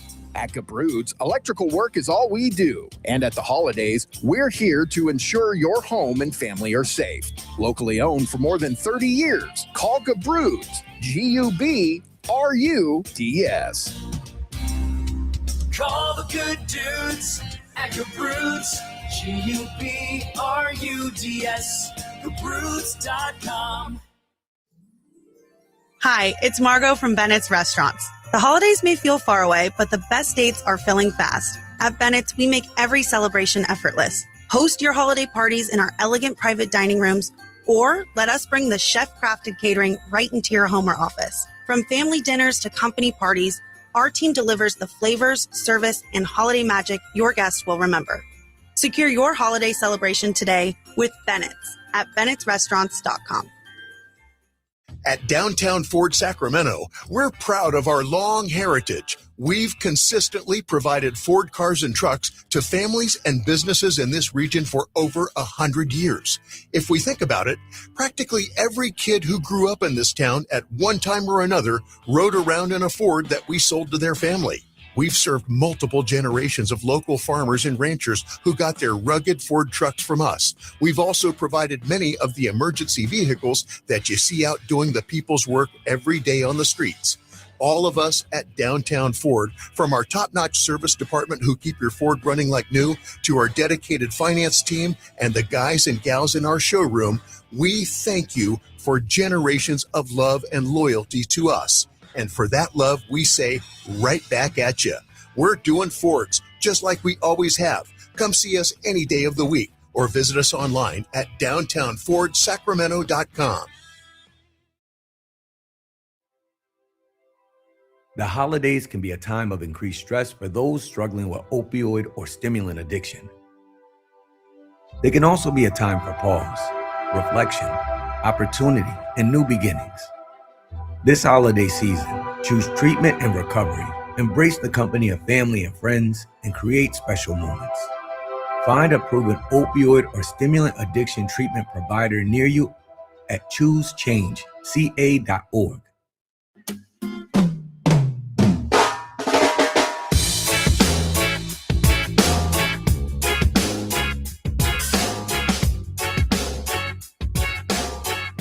Nine 916-779-0929.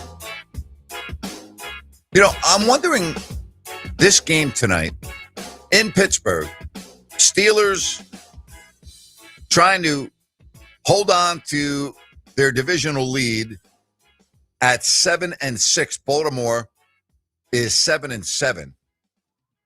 And you look at Mike Tomlin, who's got a contract option that is coming up on March 1st.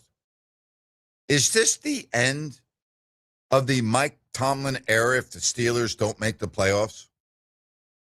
I mean, you think about this organization, right? You think about the Rooney family, the storied history of the Steelers with Chuck Noll, Bill Cowher, Mike Tomlin. You talk about stability, right? You talk about greatness. And you talk about the debate in Pittsburgh surrounding Mike Tomlin. Is it time? Do they need to have some fresh blood in there? I love Mike Tomlin. I'll tell you right now, I would love to see him leave the Steelers because if I'm the Giants, he's the first guy I'm calling. I'd bring Mike Tomlin into New York in a heartbeat. I would love that. I'd be a big fan of that if he became the head coach of the New York Giants. I'd sign up for that in a second. But if the Steelers do not go to the playoffs, which is very, very possible, is this it for Mike Tomlin? Are we looking at the end of an era in Pittsburgh? And when you look at their schedule after tonight, again, they are at home against Miami, at Detroit, at Cleveland. And how about that game at the end of the year? It could be for all the marbles in terms of move on or go home, Baltimore. Miami, got to win tonight. You've got to win at Cleveland. And then the game against Baltimore. And what's really key about that Baltimore game, if you're looking at this from the Steelers' perspective, is they already beat Baltimore. So if they win tonight and win against Cleveland, they can lose to Detroit. It won't matter as long as they beat Baltimore. Well, there are some amazing games this year in the final weekend of the season. Amazing. This is going to be a lot of fun. And you pick one game that's going to be flexed to Sunday night, good luck choosing that game. Because right now with 3+ weeks left, and I say plus because we'll wrap up the week tonight, is this going to be it for Mike Tomlin if the Steelers do not hang on here? And listen, I know Miami's been playing better. I get that. But you cannot lose this game tonight if you're the Pittsburgh Steelers. Can't do it. There's just no way. Cannot do it. No excuses. I don't care what happens. You cannot lose this game tonight if you're looking at this from the Steelers' perspective. If you lose this game tonight, you're probably going to be done because I don't see them recovering. Dolphins, again, they got off the mat. They look brutal. And by the way, this weather is going to be an issue tonight. The wind chill for the game tonight is about 8 degrees.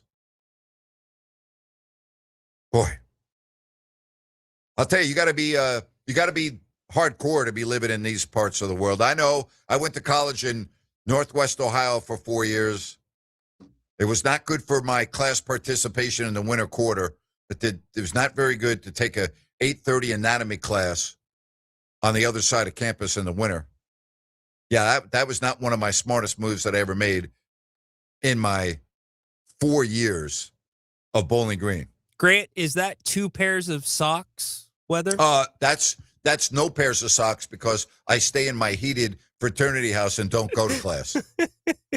But if you were going to a game with an 8-degree wind chill, would Bert have asked you to wear 2 pairs of socks? Yes, he would. Are we getting to that level? Yes, he would actually tell me, among other things. We were at games that were, with the wind chills down in the single digits. Those games were brutal, Ryan. They were horrible. It's horrible sitting out there in that weather. And back then, you didn't have the technology that you have now with hand warmers and all the other stuff, It's a totally different ball game there. You got to stock up on those hand warmers in the springtime. Yes. When you see them in the sports stores, those used to be lifesavers. Yes. Whew. Yes. Yep. Had to. Long before high school kids had access to those quarterback things that you put your hands in, no. You put a couple of those hand warmers on your hips and you put your hands on the side of your pants. That's how you kept them warm. That's why I don't think playing on the road is as big of an issue anymore in the NFL because of sideline technology that we're talking about, communication technology with the quarterback and the defensive captain and the headset. Teams go on the road now all the time and win big playoff games. It's not like it used to be. Home field advantage in the NFL truly meant something. I think the most important thing here, as opposed to being the number 1 seed, is getting that extra week off. Yeah. That's what I think. I think that's a much bigger deal than being at home. No doubt about it. Great call by you. Well, it didn't work out for the Lions last year. They lost to Washington after having a week off. But again, they had the bye week, but they didn't utilize it. And I think part of their reason was they were just so decimated with injuries on defense. It wouldn't have really mattered if they had 2 weeks off or 3 weeks off, or they were playing at home or on the road or on the moon. They weren't able to stop anybody. So, I'm looking at injuries right now, and I'm looking at the impact of Micah Parsons. And we're talking about the NFL in this segment as we focus in on the game tonight. But you look at season-defining injuries, and I think the Niners had them with Nick Bosa and Fred Warner, but to their credit and their fact that they've had a very easy schedule, they've been able to stay afloat. But I still wonder what happens when you get into the playoffs. And I know Robert Saleh is just one heck of a defensive coach, but the impact when you get into the playoffs, if you get deep into the playoffs, those are difference makers. And when you lose difference makers, that's an issue. And the Green Bay Packers just lost arguably the best defensive player in football. And if not, he's in the conversation. And you don't just recover from losing a Micah Parsons. You don't go up, next man up. There is no the next man up does not exist for Micah Parsons. The next man up does not exist. There's no such thing as the next man up. Like if you lose Lawrence Taylor on the New York Giants, there is no next man up. That player does not exist. That player has not been born yet. Okay. The same thing with Parsons. There is not a next man up. That is going to impact the Packers significantly. Yeah, no doubt. But because the guys on the Niners went down earlier in the season, we always talk about, well, if you give some guys that are also professionals the opportunity to get out there, they're going to play out. Robert Saleh has that team swarming and believing. So I love what I see. That can carry over just as well because you're not going to replace them. But if you have a group that has each other's back through the playoffs and confidence, that changes things. But I'm going to play devil's advocate with you, okay? Yeah. Here are your wins. Tennessee, Cleveland, Carolina, Arizona, the Giants, Atlanta, Arizona, New Orleans. The only 2 wins of note are in your division. Mm-hmm. Seattle week 1 and overtime win at LA.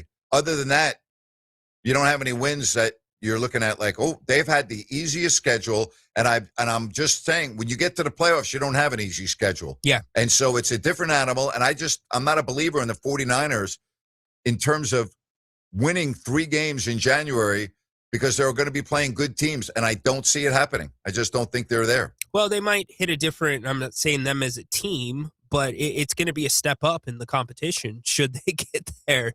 And that's one thing. But the other thing, too, is how do I put this?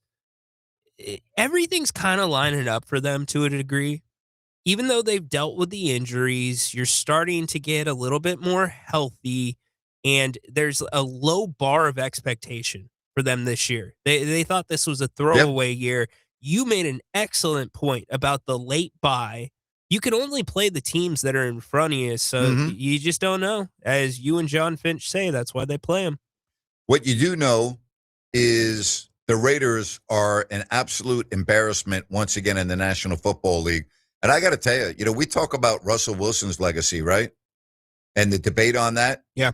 This is not looking very good for Pete Carroll because you come from Seattle, you come to the Raiders, and you're like listen, I'm sorry to compare them to the Kings, but they're the Sacramento Kings of the NFL. You're not even competitive in most games that you play, and you can't stay on the field. You look putrid. You have a couple of players that are like among the best at what they do in Max Crosby. You don't understand the game plan a lot of times. You fired your special teams coach. You fired your offensive coordinator. You fired another coach.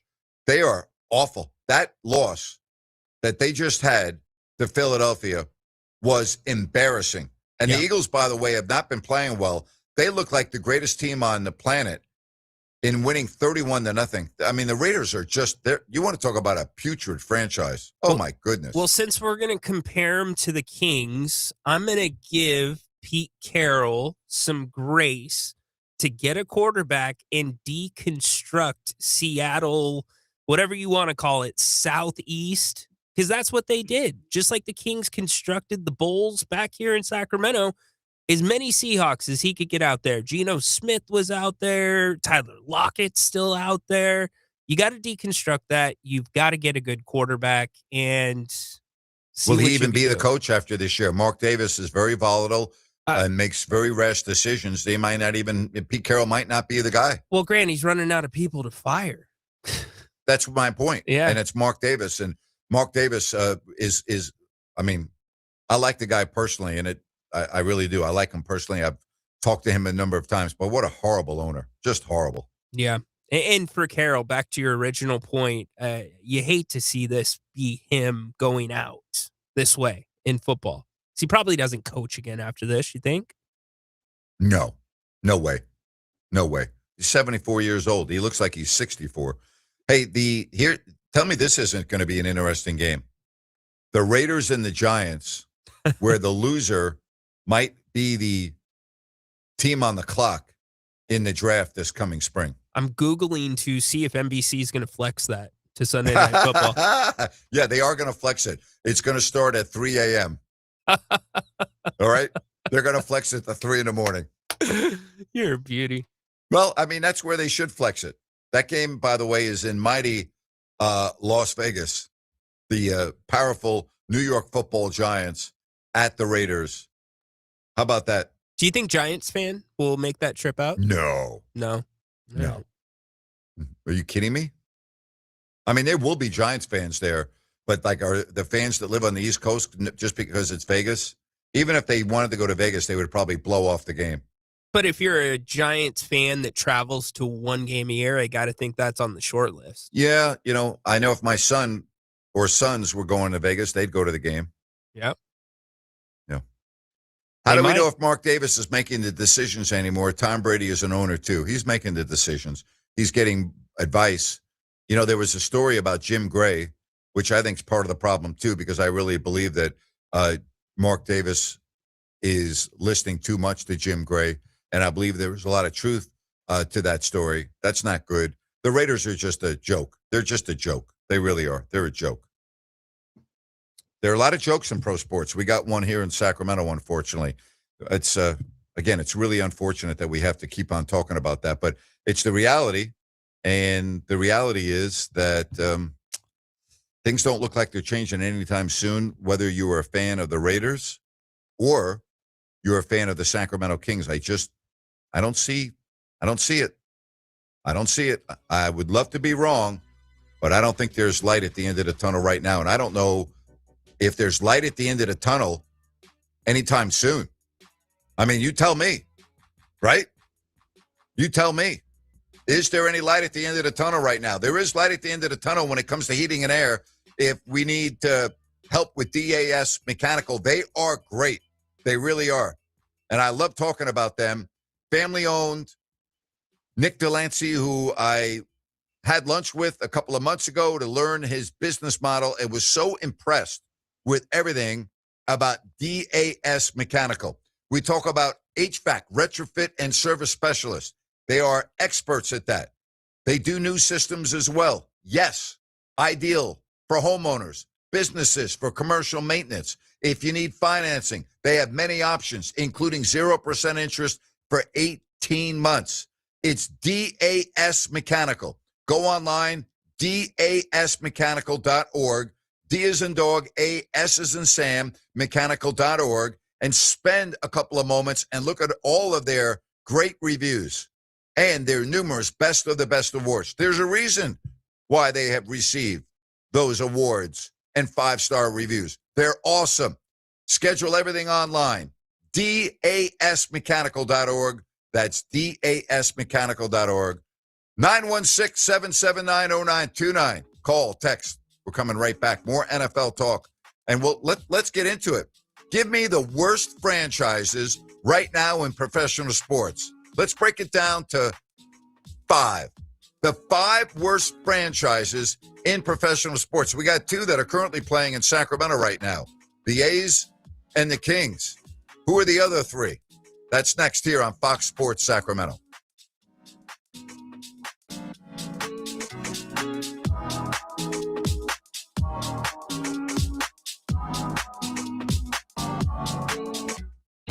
The holidays are here, and Gabrud Services is here for any electrical need or emergency. Holiday periods put more stress on your home's electrical system, more activity, more lights being used, increased appliance use, and more.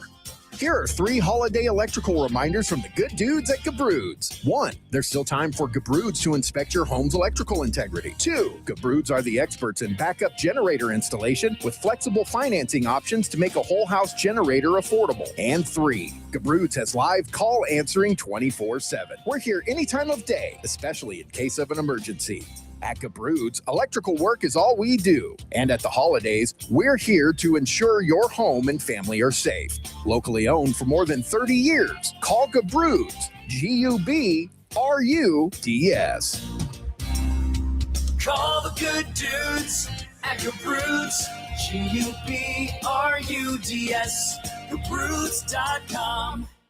At Sierra Pacific Home and Comfort, we're in the business of keeping your house comfortable and secure. And since we're also homeowners ourselves, we understand how much stress a major home upgrade can cause.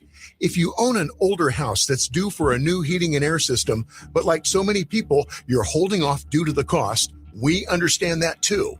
At Sierra Pacific, our finance team can work with you to get you into a brand new system this winter. We'll come out and perfectly install it so you and your family can start enjoying your new super efficient HVAC system now. Energy rates in California are outrageous, and the only way to fight back is to use less energy. Call or visit us at SierraPacificHome.com. Let us help get you into a new HVAC system in time to enjoy it this winter. Sierra Pacific Home and Comfort. Heating, air conditioning, solar, and electric. Sierra Pacific Solar Heating and Air. The guys in the big red trucks. Wouldn't it be great if life came with a remote control? You know, you could hit pause when you needed to, or hit rewind.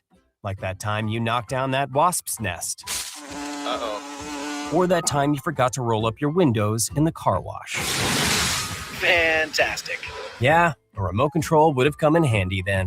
Well, life doesn't always give you time to change the outcome, but prediabetes does. With early diagnosis and a few healthy changes like managing your weight, getting active, stopping smoking, and eating healthier, you can stop prediabetes before it leads to type 2 diabetes. It's easy to learn your risk. Take the 1-minute test today at doihaveprediabetes.org. Life doesn't come with a remote control. Yikes! So you're on your own with the wasps. You have the power to take control of prediabetes. Visit doihaveprediabetes.org today. That's doihaveprediabetes.org. Brought to you by the Ad Council and its prediabetes awareness partners.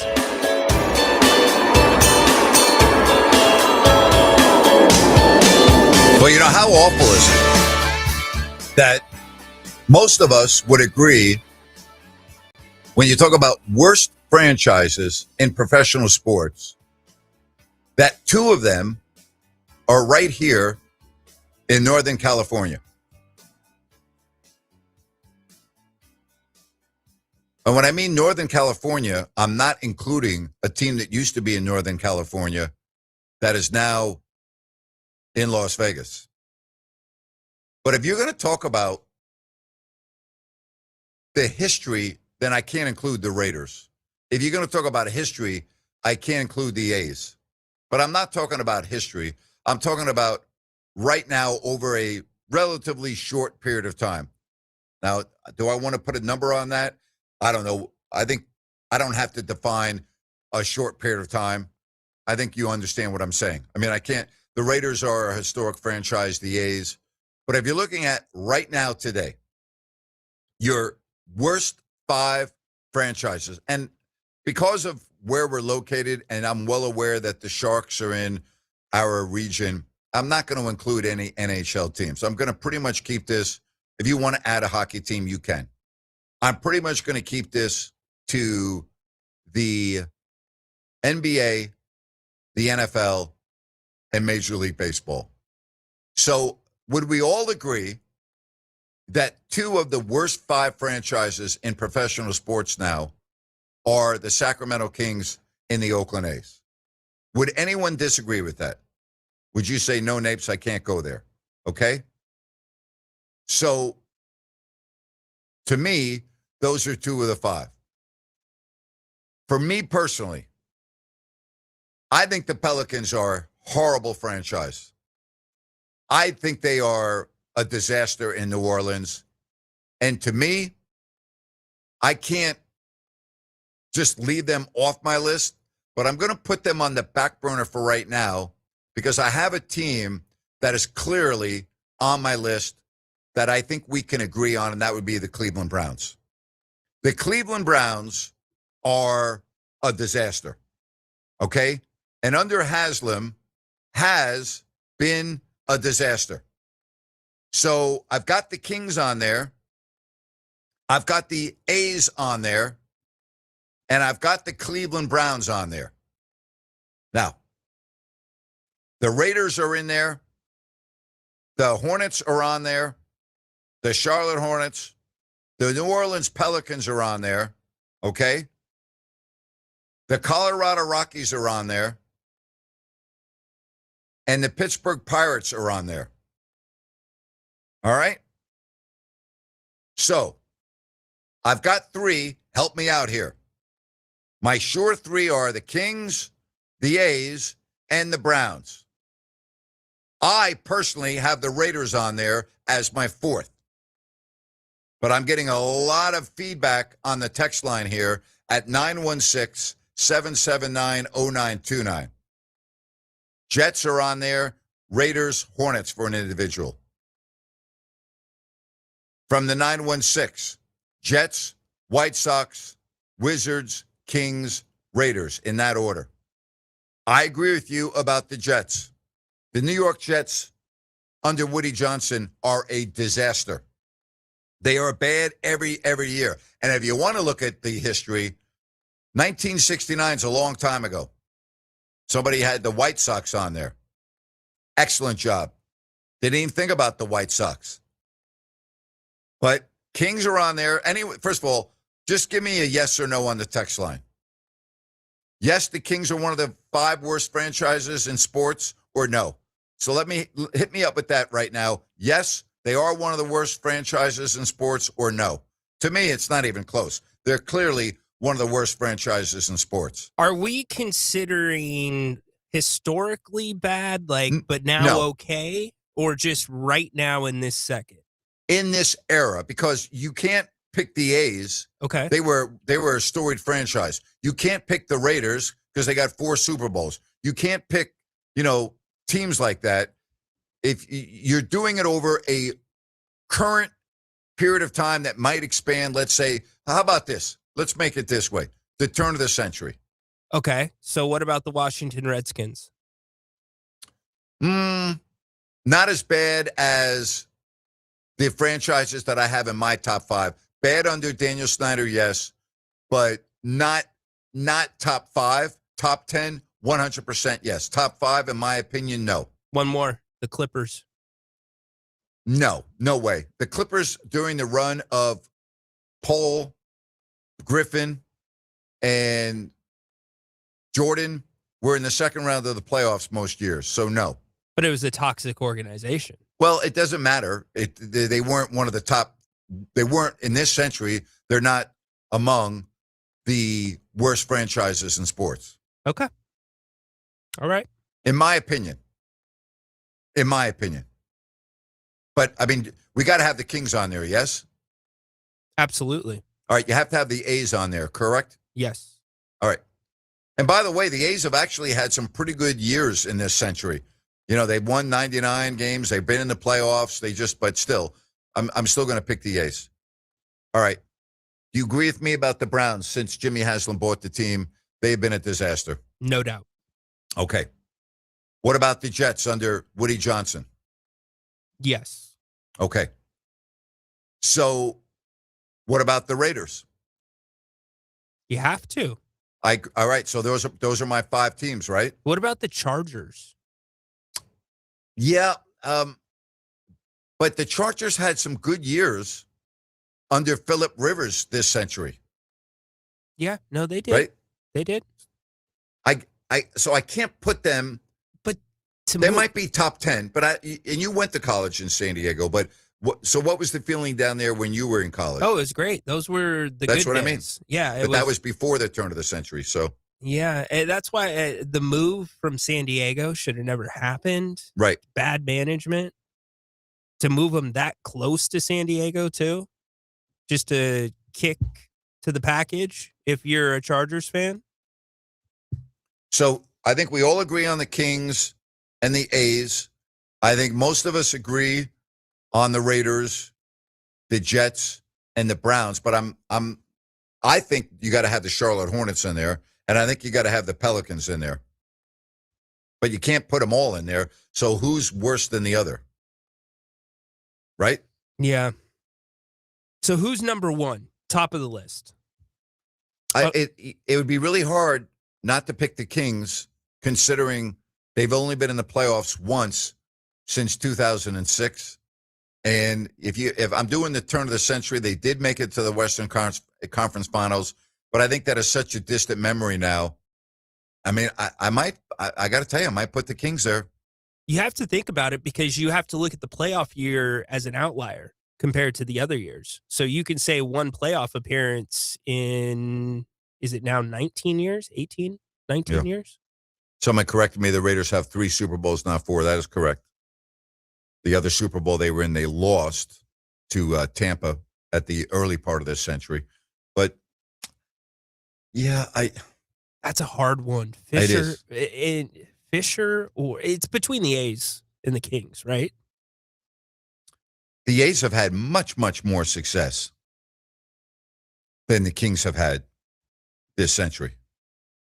Have they? They've yes. Go look at their success that they had in the second decade of this century. It's very good.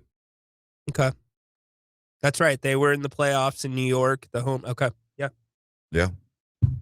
But I think that right now you'd have to consider them in that category. Like right now, I don't think you could take them out of there. Is there a poorly ran NHL team? Well, it was the Arizona Coyotes, and then they're no longer there. So the NHL just gets it. Top down. Well, it's a different economic model. There's a lot of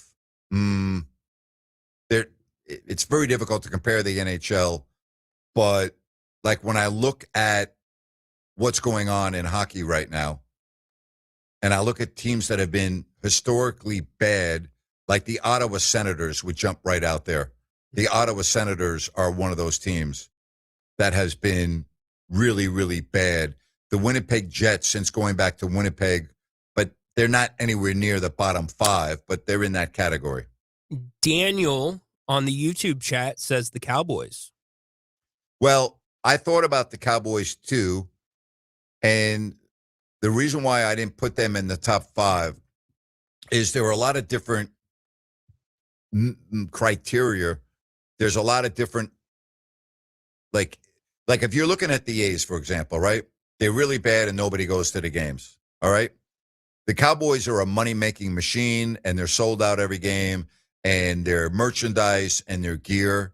But if you're talking about on the field and lack of success with only, 4 playoff wins since 95, yes, they would clearly be on that list.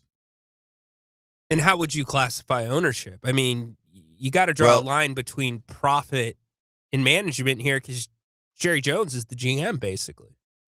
Yeah. So who am I going to put them in and who am I going to take out? Am I going to put them in over the Browns? I really can't do that. Am I going to put them in over the Jets? I can't really do that. Yeah. So, I mean, the Cowboys this century have at least won double-digit games a couple of times. Yeah. And have been in the playoffs. They just lose every year. Yep. First round. So I didn't have them in my 5. But it's very interesting to examine this. Someone said the Washington Wizards. What do you think about that? I can't lie. I mean, their production on the court has been awful. Historically. Sure has. They're in the lottery. Are they worse than the Kings? I don't think they're worse than the Kings. I don't know much about ownership in DC. Do you? I do with Ted Leonis with the Capitals. But, I mean, if I'm going to pick the Wizards or the Kings, I'm taking the Kings as a worse franchise. Even though the Kings have been better, I would estimate, I don't have the numbers in front of me, the Kings have probably been better record-wise than the Wizards. Yeah, you're probably right. We'd have to analyze that. Someone said, what are my thoughts on Macklin Celebrini with the Sharks? He's great. He's the reason to go to the games. Someone said, what about the Pistons? Yeah, if I took away the Detroit Pistons since this year and last year, yeah, I probably. But they've turned the corner now, so I can't put them in there right now. Didn't they win a championship under Scott Perry? I think Scott Perry was part of the organization, yes. Yeah. I wouldn't say they won under Scott Perry. That would not be accurate. Just wanted to make sure. Yeah. Since Jason Kidd made the finals in 2001, the Nets have done nothing. Very true. Very true. Said from the 6-3-1, people were going to Knicks games from 2002 to 2018, and they were horribly run. The Knicks sell out every game. It doesn't matter what the record is. That's very true. Doesn't matter. I mean, that's the Knicks. Doesn't matter what they charge for tickets. Doesn't matter whether they're relevant or not. It's the number one city in the world, and a lot of people go to New York, and they want to go to Madison Square Garden, and they go to, even if they're not a hockey fan, they go to the Ranger games, and if they're not a basketball fan, they go to the Knicks games because the teams aren't in town very often at the same time, and that's part of going to the city. You got to go to Madison Square Garden, the most famous arena in the world. Welcome to Madison Square Garden. So, yeah, that's part of it. That's part of it. Did the last few years in New York bail out Dolan from being in consideration on that list? Yes, last year, but the Knicks would be on that list for sure. But they're not 5, 4, 3, 2, or 1, but they would be in the conversation, yes. Yeah. Okay. You don't get bailed out, in my opinion, after 1 year. You just don't. Like, I can't bail the Kings out because they won 48 games 3 years ago and were the number 3 seed. You understand? Yeah. No, I hear you. Yep. But the Knicks have had a couple years of success back to back under Tibbs. Yeah, I depends how you define success. Well, yeah, New York, you can do that better than I can. It's a different animal out there. Yeah, it is. Hey, don't forget, I got Grant's Rant coming up. We will get you ready for the Steelers and the Dolphins again after Grant's Rant. Looking forward to Sean Salisbury tomorrow. We talk NFL and college football. Boy, that Navy-Army game was a dandy. And by the way, congratulations to Folsom High School, the Bulldogs, with a state championship. Congratulations to them. Tough loss for UC Davis to the Illinois State Redbirds. But congratulations to Folsom. What a program they have there at Folsom High School. Job well done. Hats off to those of you that are fans of the Folsom Bulldogs or part of the football program. Great job. Great job. Grant's Rant coming up next right here on Fox Sports Sacramento.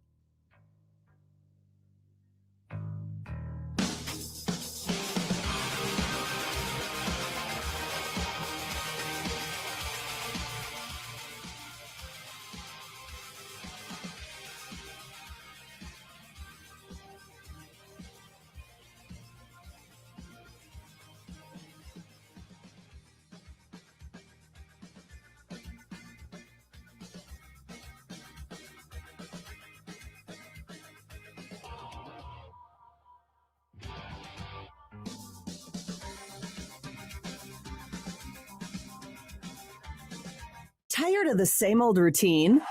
Need a place where the beer flows and the good times roll? Then head to Fieldhouse American Sports Pub, 1833 Fulton Avenue. Family owned and operated, so you know you'll feel right at home. Catch all your favorite games on 18 big screens while enjoying amazing food. And with 28 beers on tap, you're sure to find something you love. And don't miss everyday happy hour from 3 to 7 and again from 10 till close. Looking for more than just the game? Trivia Tuesday starts at 7 p.m. And there's Mario Kart and bingo nights for even more fun, too. There's always a blast happening at Fieldhouse. Whether you're looking for a place to watch the game, grab a bite with the family, or just unwind with friends, Fieldhouse is the place to be. Fieldhouse American Sports Pub, 1833 Fulton Avenue. Bring it to the house.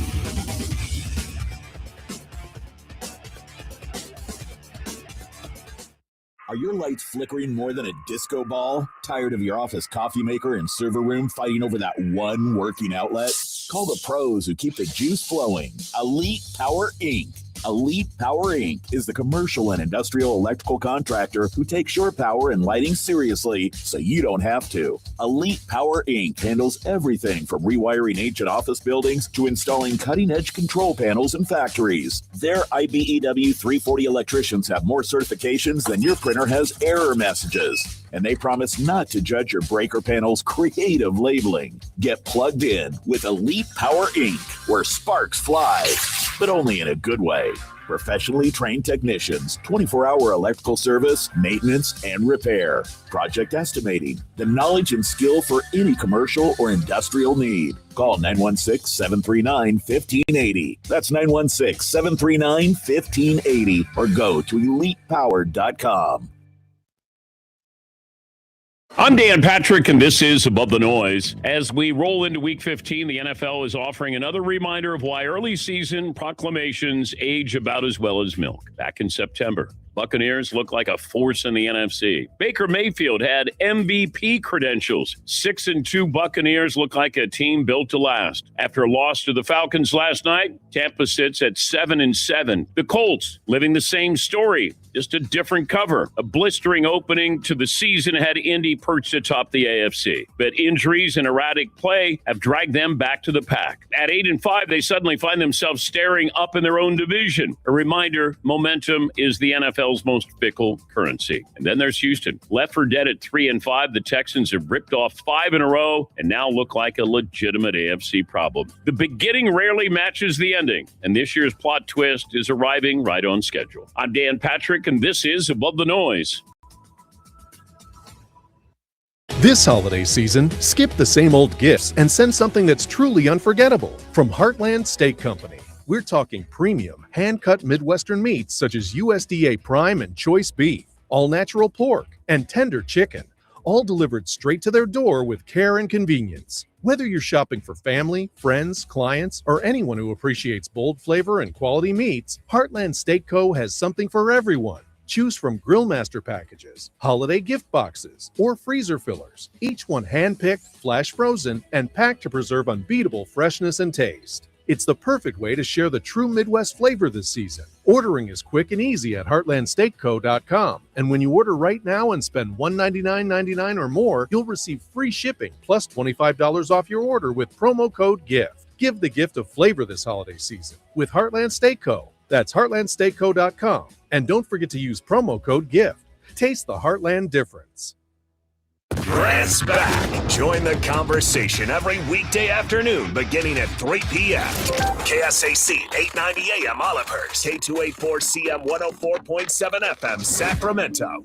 It's time for Grant's Rant. All right, let's get the week started off on a good note. What do we have, Rhino? Ooh, I got 3 juicy ones for you here on a Monday. The first one, how about NBA coaches, for the most part, not wearing suits anymore? Now it's just track suits and tennis shoes. Hint, that one came from the boss, Kurt.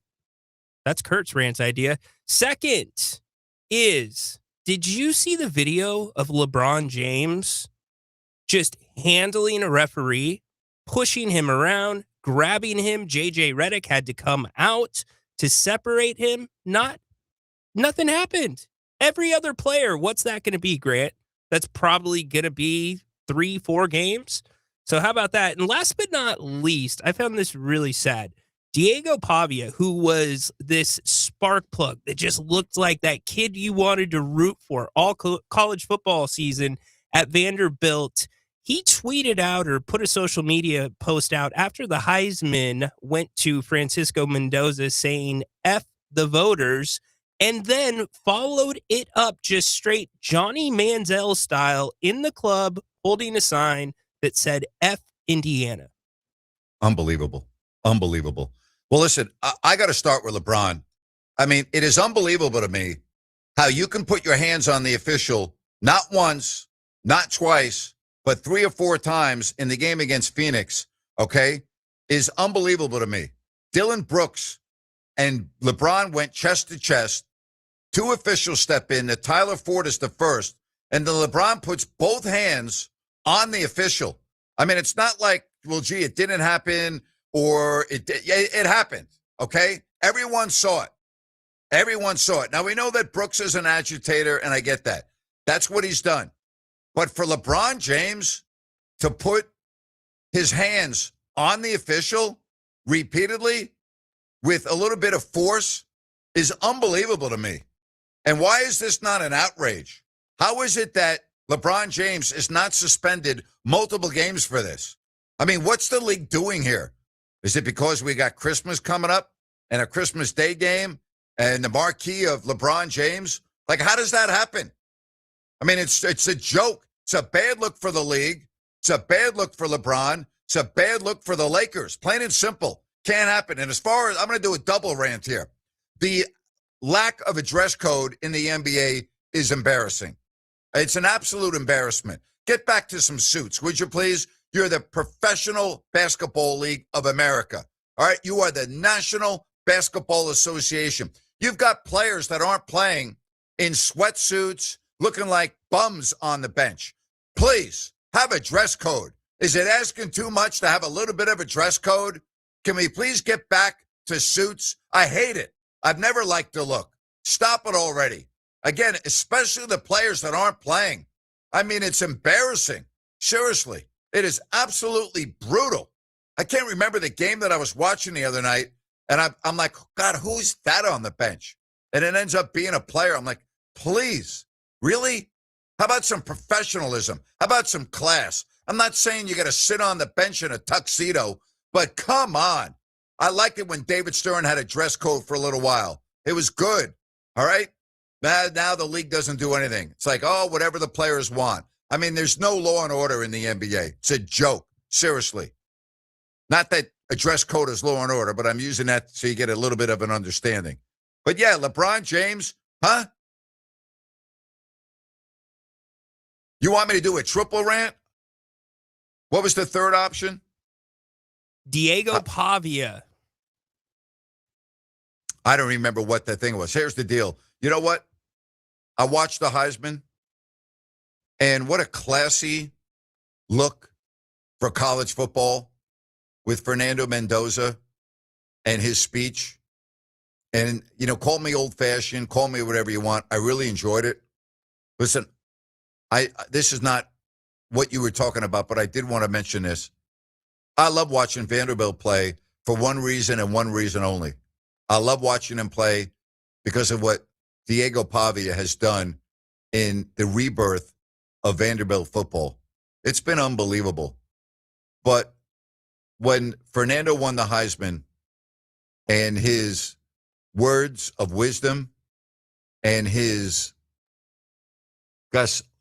giving hope to so many that are starting their athletic careers, and his just, I thought he was great. I don't know what you thought, but I was really impressed with that, Rhino. He was incredible. He's been incredible anytime throughout the season the media has talked to him, and I thought used his platform well. Unfortunately, many people, especially the good old internet, are getting on him for being, you know, too serious, talking fast. It's like, man, why don't you slow down and listen to what he's saying?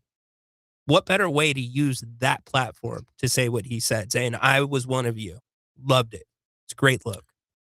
What about LeBron James? Because you brought it up on my rant, and I did a rant on that. I didn't see it live, okay? But I watched him. It's not debatable. Not debatable. Put his hands on the ref. Pushed the ref. That's not debatable. He pushed the ref in addition to an unbelievable tongue lashing where J.J. Redick had to come out and then separate LeBron from the ref. It's an embarrassment for the league. Why is it that LeBron James has not been suspended? Like, why is that? It's unexplainable because we have seen players not mean to contact the official and contact them, and they get thrown out of games. We've seen that here in Sacramento. Now, maybe they don't get suspended, but I think you hit the nail on the head about Christmas. Now, the ref was not thinking about Christmas, but it's such an awful look to give that type of a latitude. And we're not talking like a little bit of rope. It was the entire rope because he went in multiple times, as you laid out. I have no words for it. Like how the NBA has not retroactively addressed it. It's a bad look. It's awful. For the NBA, it shows that they play favorites. Okay, if you want to talk about a bad look for the officials, it's a really bad look for the officials. Very bad. And it's a horrible look for Adam Silver in the notion that we treat everybody fairly and the game is called fairly and so on and so forth. No. Not when you see that.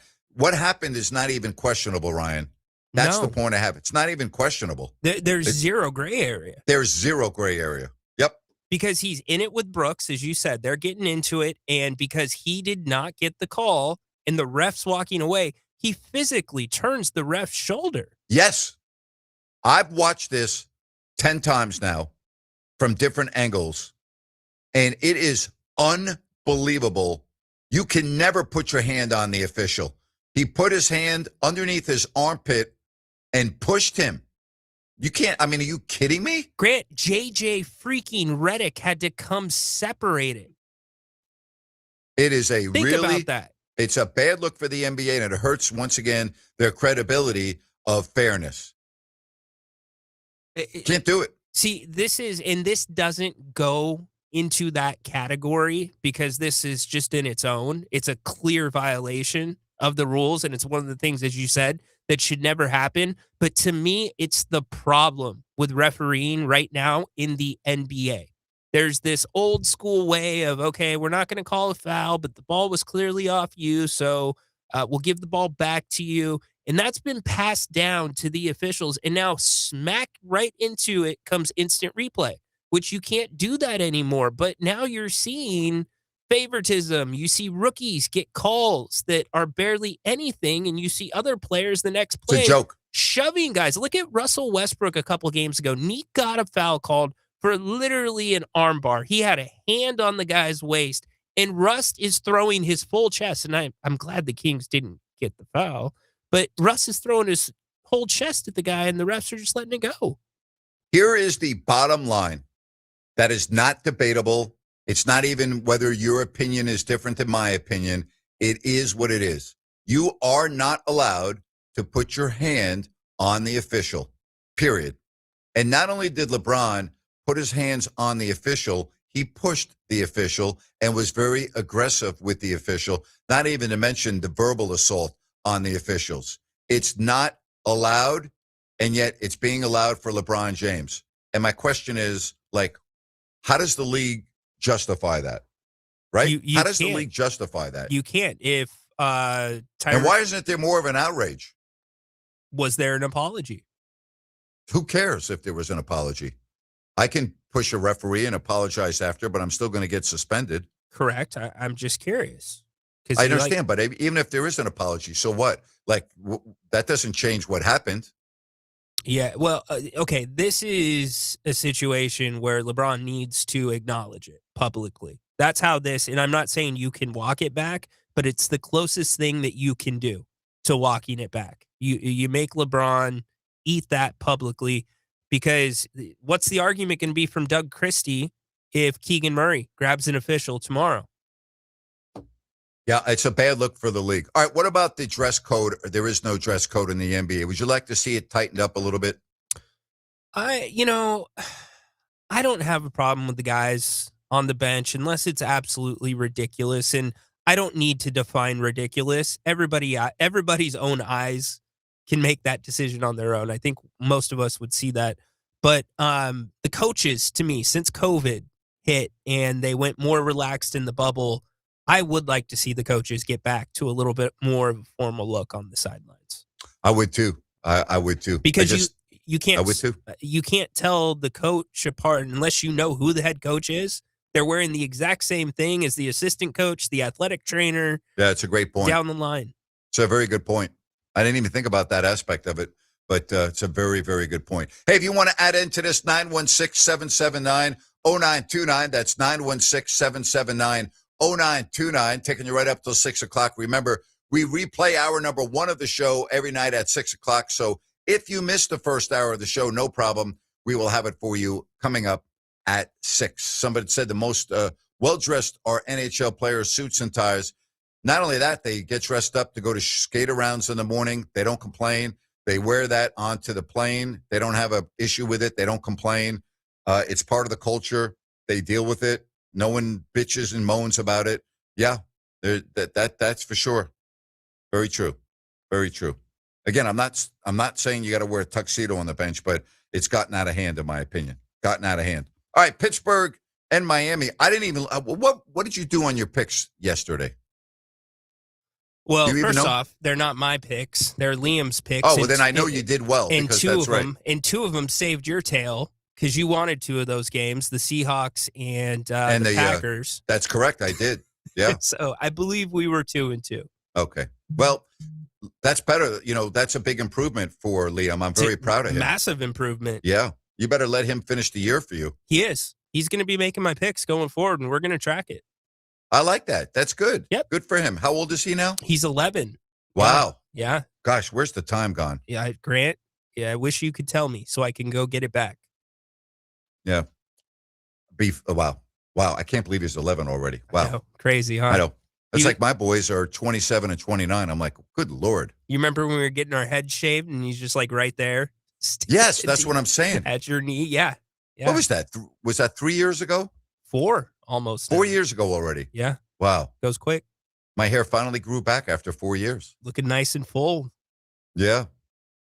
What did we raise that night? $16,000 or so? Just over $16,000. I look good in a mohawk because I have a picture of it and I can at least say, yeah, I can say, yeah, I did at one point have a mohawk for about 60 seconds. You had a mohawk. That was funny. I had no idea what you were doing. And I'm like, he wants to check that out. He can say he had one. All right, they're playing football in Pittsburgh. We'll take a timeout. We'll continue on here at 916-779-0929 as they have started the Monday night game. Here's my question for you. Are you done with the Kings this year? Are you going to watch the games anymore? Are you going to follow them? Are you going to the games anymore? Or have you had enough? That's next, right here on Fox Sports Sacramento. It's the All Things Legal Show, heard every Saturday morning from 8 to 9. Join your host, Craig Ashton, with an entertaining and eclectic view of all things legal. Saturday mornings from 8 to 9. Remember, for the best advice, don't think twice. Call Ashton and Price. The holidays can be a time of increased stress for those struggling with opioid or stimulant use disorder. Complex family dynamics, financial strain, and cultural expectations can weigh heavily and become a tipping point for those battling the physical and mental effects of addiction. But the holidays can also be a time for pause, reflection, opportunity, and new beginnings. They're a chance to take stock of what we have and are thankful for, to remember what's most important to us, and to consider what we can change. The holidays are a time of hope. So this holiday season, choose treatment and recovery. Embrace the support and company of family and friends, and create special moments. Get started by finding a proven opioid or stimulant addiction treatment provider near you at choosechangeca.org. Find a proven treatment option that's right for you. Recover you at choosechangeca.org. That's choosechangeca.org.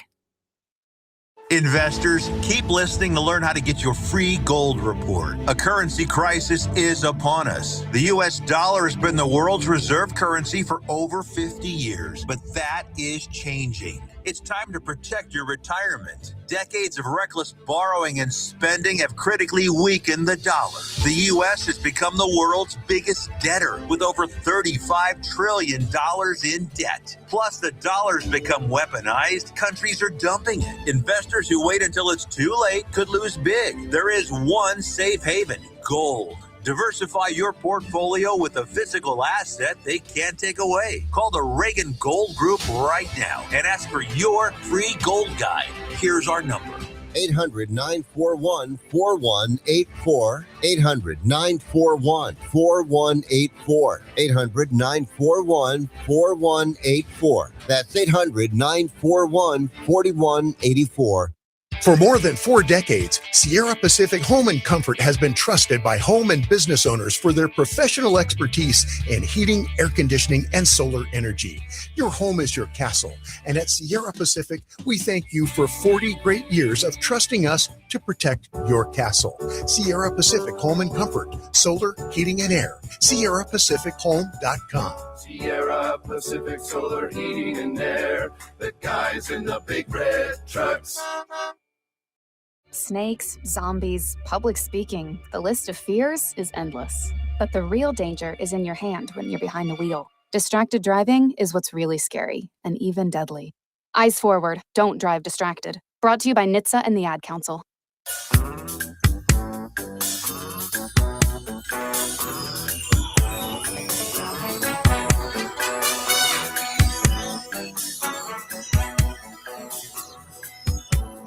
Always good with a little earth, wind, and fire. Get me through my Monday. Awesome. 916-779-0929. 0929. It was funny. I was out with my friends the other night, and they asked me a question. They said, "What's the first concert you've ever been to?" They go, "What was it?" I'm like, "God, I don't remember." And then I was thinking about it. I think the first concert I ever went to was at the Nassau Coliseum on Long Island, and it was Leonard Skinner.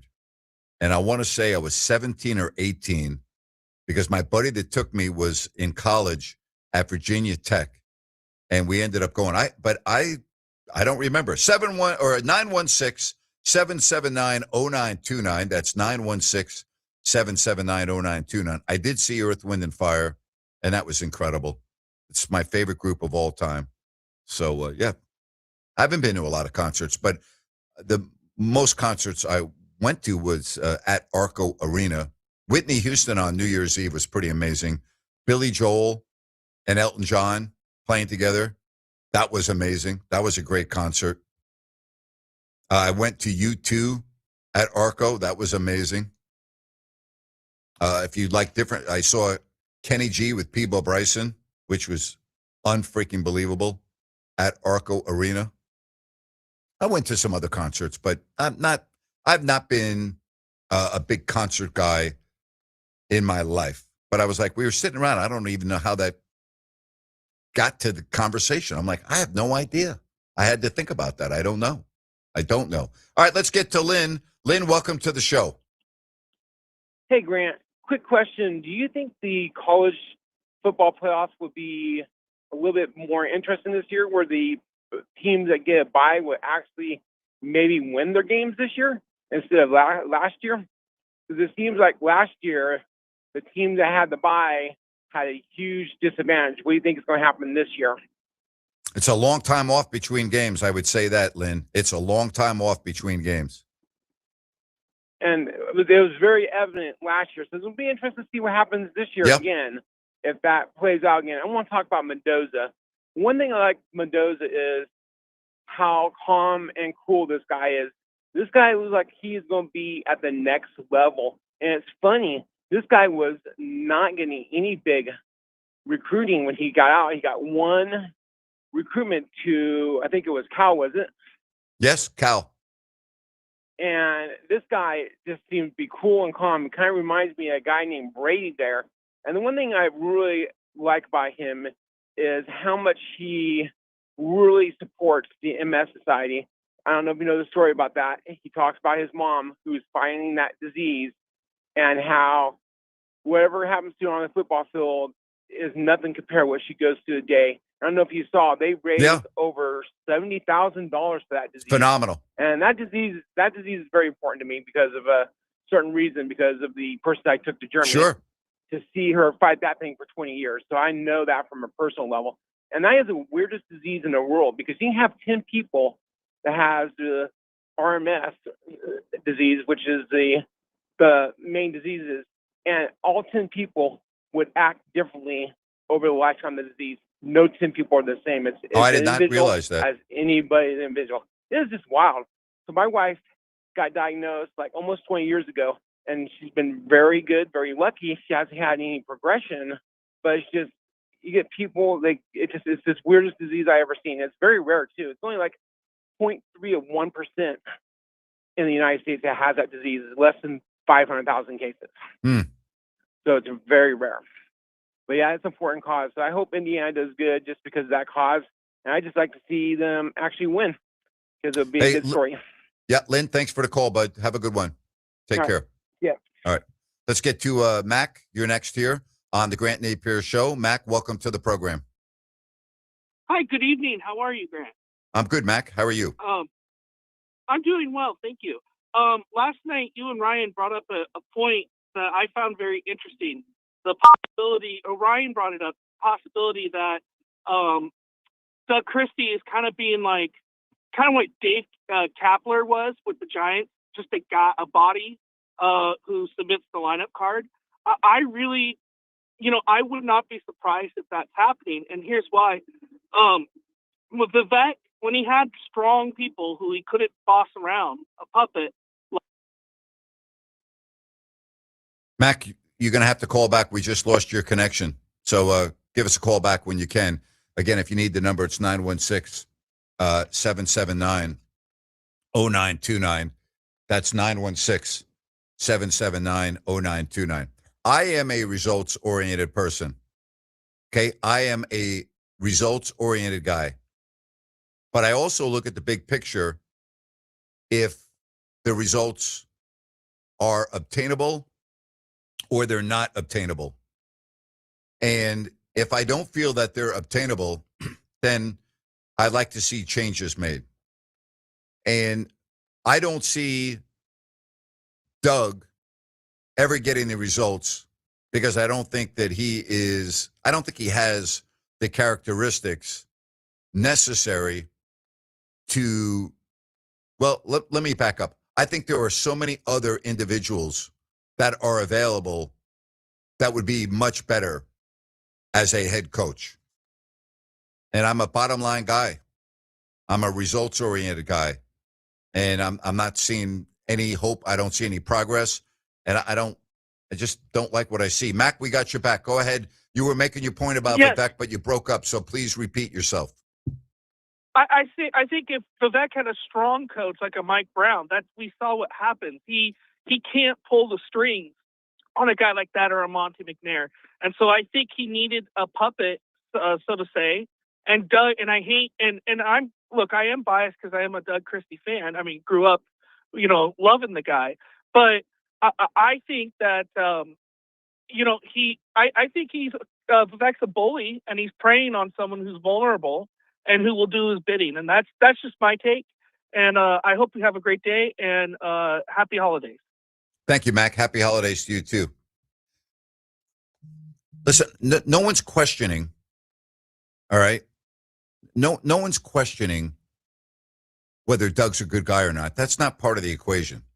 Ryan, I don't recall you saying that last night. Did you on the show? I don't recall that. No, the conversation was how long of a rope does Doug Christie have? Maybe he's been guaranteed enough time to roll into what he wants to do with these guys. And phase one of that is getting to this point where you can trade veterans away, and then you see him try to implement this style.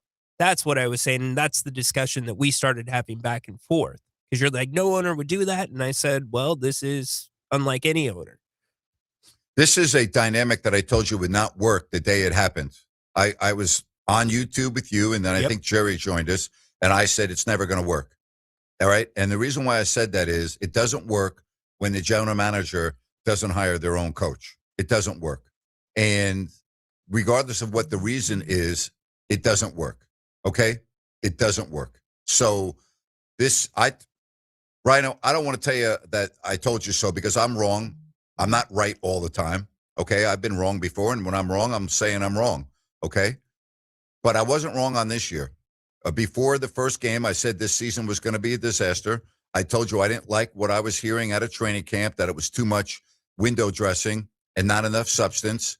I said that we have a tendency in Sacramento to overvaluate all of the players here. Mm-hmm. I saw that going on. And I said I thought that the season would be over by before Thanksgiving. Before game one, I said this season will be over before Thanksgiving. I said the vets are going to want to get out of here. I don't want to brag, but I haven't been wrong yet. And I'm not wrong about Doug. He's not an NBA head coach. I'm just sorry. He's not. No, you've been pretty right on with everything. We didn't anticipate the major injuries, which really put this team into a bind with the schedule that they had. The only thing that's the wild card here is if Doug makes the decision to turn young. And only Doug can make that decision. I mean, we've seen 25 games of the vets getting more of the playing time than the young guys. And why he's refusing to do that, I don't know. Well, there's either two things. He's either being told what to do, or he is doing what he wants to do, which I don't think he should do because he is the head coach and he needs to coach the team the way he wants. But organizationally, because of Vivek, I don't know what's going on behind the scenes other than the fact that I lived it. And I would just say that it was always, and I want to repeat, always chaotic behind the scenes. Always. Always. And I'm not exaggerating. It was always chaotic behind the scenes. There was never a period of time where there wasn't something going on of chaos or distraction because Vivek doesn't know how to just like leave people alone and let them do their job. He almost daily, I'm not exaggerating, daily comes up with stupid ideas. Things that, like, if I told you, you would think I'm making it up. I'm just telling you, it's chaotic. It is just a nightmare to deal with him when you are in a position of power, whether you're the general manager or you're the president or whatever the case may be. It's a nightmare. It just never stops. I mean, it doesn't stop at 3 a.m. It doesn't stop at 3 p.m. Seriously. I've been on record of saying this. You either need to get that player that not even Vivek can mess up and hopefully have some decent pieces already on the team that are young and can play roles, or you need to hire somebody that can play the game better than Vivek and handle that. Those are the two options. The third option is it isn't. If Vivek's the owner, that's what it's got to be. Because would it be fair to say we're seeing closer to Vivek, being heavily involved with? Of course he's heavily involved. Right. He doesn't know any other way to run the team. He's always going to be heavily involved because that's his personality. He's a meddler. That's his personality. Yeah. He thinks he knows more than you. That's his personality. He's always thought that he knows more than you. He thinks he can run a basketball team off a laptop. He thinks that because he has all of these quote unquote friends that are in his ear all the time that he listens to, that he knows more than you. Like he thinks, like, do you know how many times that I was around Vivek where he would constantly, regardless of who the coach was, questioning what the coach was doing as if he knows more than the coach? It was embarrassing. It wasn't just once or twice. It was all the time. All the time. And if you go talk to, and most of these coaches have been on record stating so, such as Michael Malone and George Karl. I mean, like, these coaches lived it. They know. Like, they're not all lying. They're not all making up stuff. Okay, they're not just like because they have an axe to grind because they got fired. No, they're telling it the way it is. And it's very difficult to get a coach that would even want to come to Sacramento of any stature. Right now it would be very challenging. Players that are vets in the NBA, they don't want to come to Sacramento. You don't think De'Aaron Fox and others, when they leave here, tell everyone, don't go to Sacramento? Of course they do.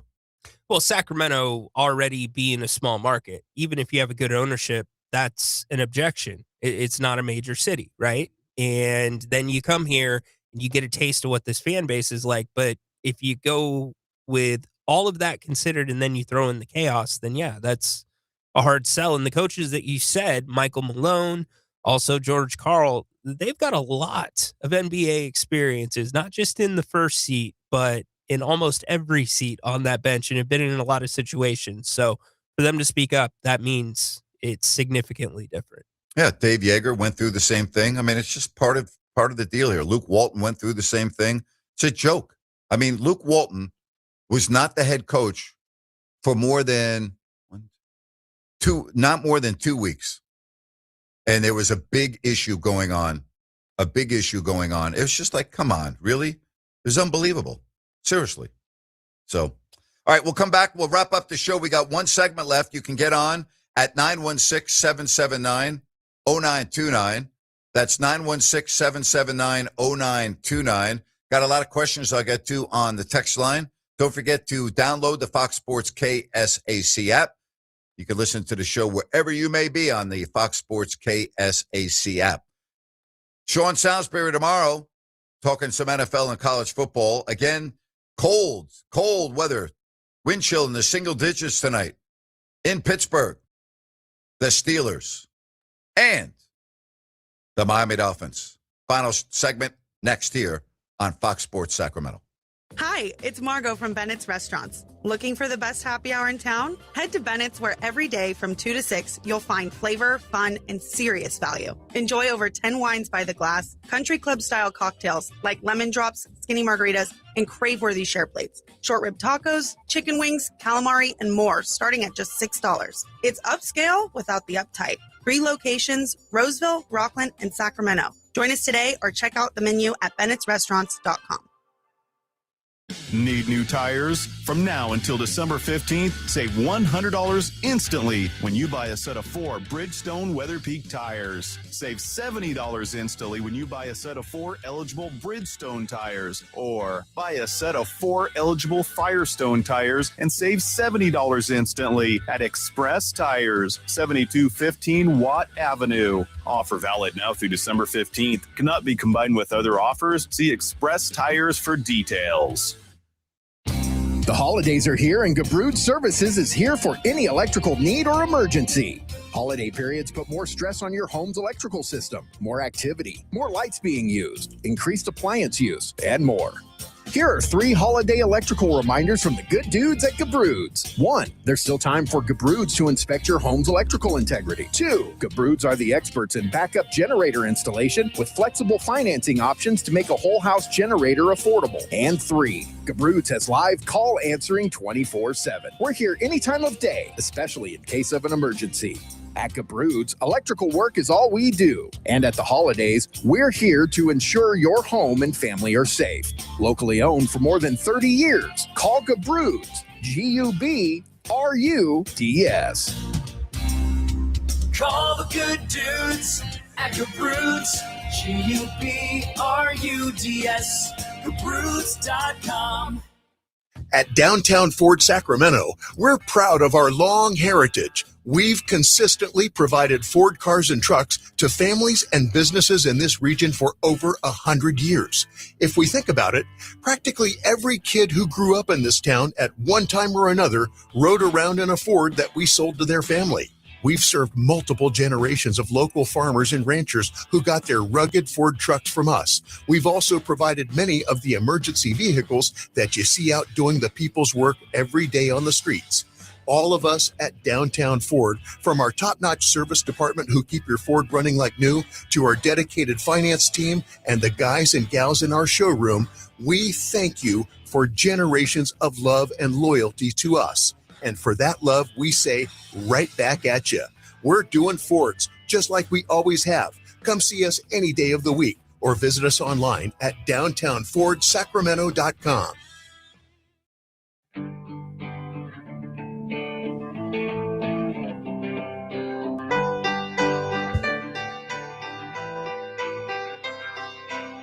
A lot of different genres of music on the show today, Ryan. Good stuff, man. Mixing it up. Yeah, mixing it up big time. Yeah, mixing it up. Good stuff. 916-779-0929.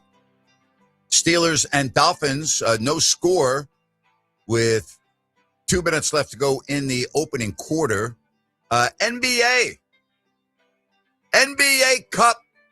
How many days off you got to have between games in the NBA Cup, for crying out loud? Thank you for saying that. I mean, it's a joke. Thank you. I mean, really. It's a Vegas Christmas vacation. That's what it's it a is. joke. Does that bother you too? Yes. You're in Vegas. They should be playing those games back to back. It's a tournament. It's a joke. It's a joke. They think that this thing has as much traction It's as the embarrassing. NBA Finals. I bet you we will get an Adam Silver press conference tomorrow. Yep. Well, I Before hope the the NBA first Cup. question is about why wasn't LeBron James suspended? Ooh, I might fly to Vegas, Napes. Yeah. I think That I would can be get great. in. Yeah. NBA tonight, Boston leads Detroit 4 minutes into the second half, 66-58. The Heat lead the Raptors 52-46. Coming up a little bit later, Mavs are in Utah to take on the Jazz. You've got the Rockets in Denver. That could be a really good game, 16-6, 18-6. And the Clippers are at home against the Grizzlies. That Denver-Houston game is going to be a good one. Yeah. Looking forward to it. I want to see how Jokic fends with Şengün now, and then you get a little bit of help side D from Thompson. Şengün's changed his body completely around this season. Yeah. I love it. I haven't seen anyone be able to play Nikola Jokic and stop him from doing what he does best. His ability to pass the ball is just unbelievable. I mean, it really is. Yeah, the best way, the best game plan is to let Jokic score 50 points. Let him just go attack the key. Let him get a layup like every 2 or 3 possessions, every other. All right, on the text line, what happened to James is why I don't watch the NBA anymore. It's a turnoff to me. I don't see how you can have a player of that magnitude, any player, but because it is LeBron James.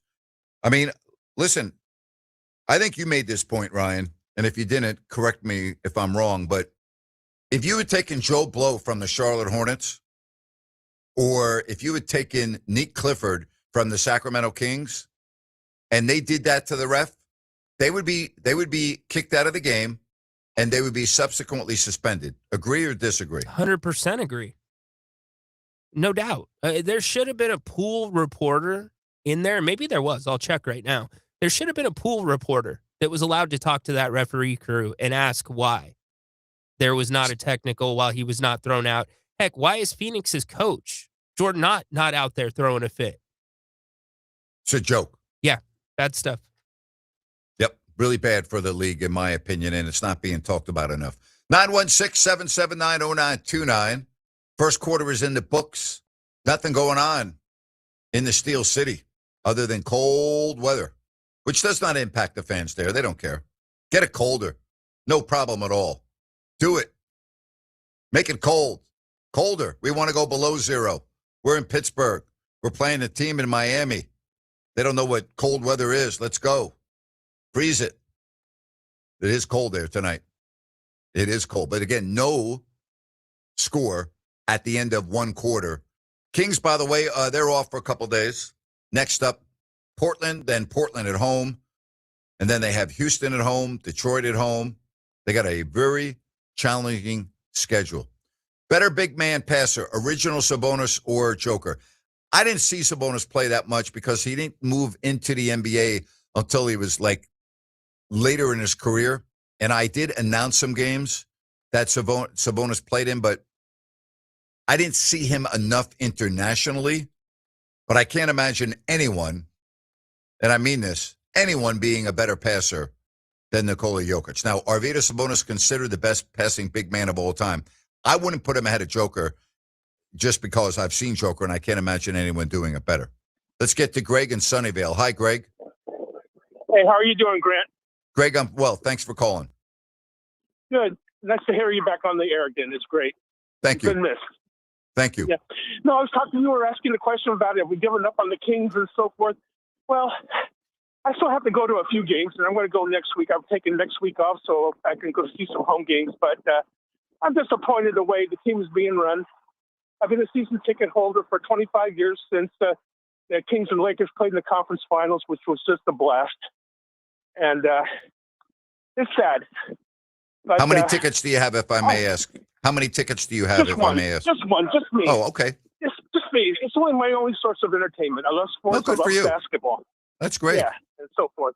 But I just wanted to just let you know that I don't know if things are ever going to change, but I will go to a few more games. All right, do you go mainly to watch the Kings, or do you go mainly to watch the other team, or is it just the NBA in general? Well, let's say the Kings and the NBA in general. Don't be offended either, but I'm a diehard Laker fan. I'm not one of those rambunctious fans that, just yell all over the place. Yeah. I mean, I grew up as a Laker fan since I was born there. But, I love the game. I like to see the Kings succeed. I really do. And we haven't seen much of that. Do you have any? All right, so the fact that you would like to see the Kings succeed tells me a lot. Do you see any light at the end of the tunnel right now with this team? No, not at all. So I might just bid adieu after this season anyway. You might what? I'm sorry? Happens, I may just say goodbye after this season. What would you do if they rose? What are you going to do if they raise the prices of your ticket next year? Would you say, I'm sorry, I'm done? Yeah, well, actually, they didn't. The only reason why I renewed this year is because they didn't raise the price either. Yeah. So I might have to wait on that too. Okay. Well, hey, I'll Greg, get more information in the next month. yeah, I appreciate you taking the time to call the show. Happy holidays to you, and thank you very much for your support. Yeah, hey, can I hear? Let's say one more thing Yes, about of this course. LeBron James incident. What happens if he would have pushed around a female rep Oh, boy. and he did that? Yeah, I mean, there's a number of them in the league. I mean, suppose he tried doing that. He's not going to get kicked out or fined or who knows, maybe even sued. You know what, Greg? The league just proved that there are double standards in the league. If anyone had any doubts, they now can't ever say that. There are clearly double standards in the league, and we just saw it. Yeah, exactly. That's just wrong. But anyway, thank you so much, Grant. Take care. Have Thank a you, good Greg. night. Yep, you do the same. Appreciate that. Speaking of having a good night, don't forget, coming up here in just a little bit, beginning at 6 o'clock, we'll replay hour number 1 of this show. Boy, that's a good point. I didn't even think about that, Rhino. Can you imagine if that had been a female ref on, not that it should matter, a ref's a ref, but oh boy. He wouldn't have done it. I don't think he would have done it, but it brings up actually another decent conversation. Is this a league double standard, or is this an officiating crew that needs to be disciplined for not making the call? Well, in terms of ejecting him? Yes. Oh, but the league, okay. I would agree it's on them, but they're not the ones that dictate league punishment, and the league is just like ignoring it. Okay. Oh, yeah. Okay. Fair enough. So if this floats through and nothing comes out from the league, then yes, it is fair to say that there's a double standard. NBA Cup is on Tuesday due to NFL Sunday and Monday night games. NBA thinks the NBA Cup is a big deal and deserves its own night away from the NFL. Well, that is smart. You don't want to go head-to-head with the NFL because the NFL destroys the NBA, but it's still ridiculous. It really is. It's ridiculous, my opinion. But, of course, Adam Silver's saying we're doing this to bite into the NFL. Are you really biting into the NFL by playing on Tuesday? You're not biting into the NFL. I'm pretty sure going up against John Cena's final match bit into the NBA Cup. Oh, how big of a deal was that? It was massive. I got a little dusty. So what do you think the audience would have been for that? I'm going to guess at least 10 to 15 million. Did that go head-to-head with the Spurs and the Thunder? It did. Okay. Yes. Well, not the full game of the Spurs and the Thunder. It went head-to-head with the end of the Knicks game, and I believe into probably mid-second half. Over regular TV or pay-per-view? Peacock. Oh, okay. Here's what I can tell you. When WWE does pre-shows on YouTube, you might have watching live anywhere for a random show, maybe 10,000 people. There were 216,000 people locked in the second that pre-show started, an hour before. Yeah. So, in fact, I'm waiting to find out if there was actually an issue with Peacock. I think they may have actually been so many people it hurt the stream because it kept kind of skipping. Interesting. It's a huge deal. Okay. Where was the event held? Washington, D.C. Okay. The entire show was built around his final match. So, all right. Yeah. No more John Cena, huh? No more John Cena. As a wrestler, he tapped out. So it's kind of the end of his character because his characters never give up. He's never tapped out. He tapped out. All right. He tapped out. I'm going to be tapping out here, too, in about 6 or 7 minutes. But you can get in right now at 916-779-0929. I'll tell you an individual that never taps out, and that's Spencer Grimmon's team at Village Financial Group. He is awesome at what he does.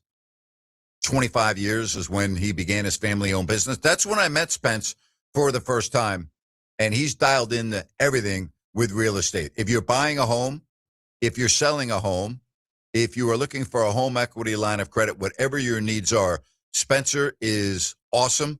He's experienced. He is a specialist when it comes to financing. He's very creative. And keep in mind, he has access to private money. Call or text Spence at 916-805-4868. That's 916-805-4868.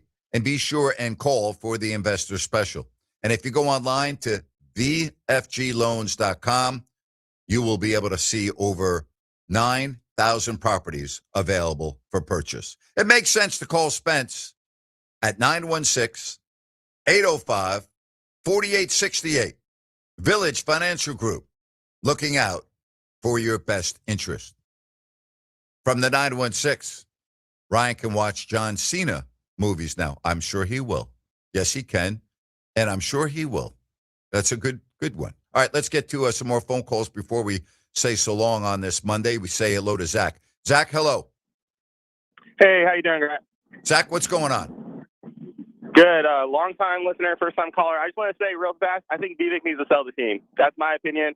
I don't have a lot of facts behind it. I think he needs to sell the team. I think it's time. Yeah, but I don't think he will. I think most people would agree with you, but I don't see it happening. It almost feels like we're an oil rig. I feel like he's just trying to suck up as much of our fan base, our money as he can, and then he's just going to be on to the next thing. I don't feel like he wants to build a championship team. Well, there's no proof of that, but I know, Vivek, this is all about being around famous people, which stimulates him, which he loves, and I don't see him getting rid of a mechanism that surrounds him with famous people. That's a good point. That's why you got the radio show and not me. That's a great point. Hey, Zach, we all have to do something for a living, my friend. Yeah, true. Thank you, Grant. I appreciate it. Hey, thank you, Zach. That's right. Zach is now going to be a promo on this station. Well done, Zach. I love that. That's great. Oh, my gosh. Oh, that's a good way to wrap up the Monday show here in a couple of minutes with Zach. Oh, my gosh. There's a lot to that. I mean, he's infatuated with famous people. I've never understood that. There's another King's minority owner that's like that too. And it's like, people are people. Stop salivating over them and like gawking over them and just like foaming at your mouth over them. I mean, stop it. It's embarrassing. You know, it's embarrassing. Like when your friendship list has to do with what they do for a living, then you're a very shallow person. All right. If your criteria for a friend or friends has to do with what they do for a living and whether they're well known or not, then you're a very shallow individual. I mean, I don't know how else to say it. Like there's just mystifies me. Yeah, and I think most people enjoy being around celebrities and around famous people. When you turn your life into just that's what you go by. That's how you judge your success or lack thereof or your status. I mean, it's a joke. It really is. And he's dropped another video with different celebrities promoting Roger Craig. Of course he has. Of course he is. He's put in his Rolodex and players. Exactly. It's a joke. It's an absolute joke. It's embarrassing is what it is. It's embarrassing. It really is. It's absolutely embarrassing. There's just no other way to say it. It's embarrassing. And it does not surprise me, Ryan. It doesn't surprise me. Does not surprise me. It really doesn't. All right, again, still no score in Pittsburgh with the Dolphins and the Steelers. The game is in the second quarter now, 5 minutes into the second quarter. And again, both teams scoreless in a very, very cold day or cold night in Pittsburgh for this Monday Night Football game. And then, of course, coming up Thursday, one of the biggest games of the year. One of the biggest games of the year. The Rams and Seahawks, both teams atop the division, but so far the Rams, they beat the Seahawks earlier in the year. That's going to be a dandy. Monday in the books. Don't forget Sean Salisbury tomorrow. Always love talking to Sean. We'll talk about this Monday night game. We'll get you ready for the NBA Cup from Vegas. Can't wait for that. Should be a pretty good game, though. Should be good. We'll do that all tomorrow. Hope you have a good evening, everybody. And be glad you're not in Pittsburgh where the wind chill's in the single digits. No thank you. Been there, done that. I don't think so. For Rhino in Sacktown, I'm Grant Napear. Thanks for listening to Fox Sports Sacramento. Bye-bye.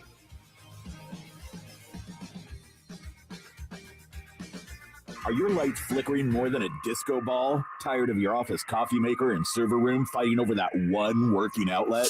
Call the pros who keep the juice flowing. Elite Power Inc. Elite Power Inc. is the commercial and industrial electrical contractor who takes your power and lighting seriously so you don't have to. Elite Power Inc. handles everything from rewiring ancient office buildings to installing cutting-edge control panels in factories. Their IBEW 340 electricians have more certifications than your printer has error messages. And they promise not to judge your breaker panel's creative labeling. Get plugged in with Elite Power Inc., where sparks fly, but only in a good way. Professionally trained technicians, 24-hour electrical service, maintenance, and repair. Project estimating, the knowledge and skill for any commercial or industrial need. Call 916-739-1580. That's 916-739-1580, or go to elitepower.com. The holidays are here, and Gabrud Services is here for any electrical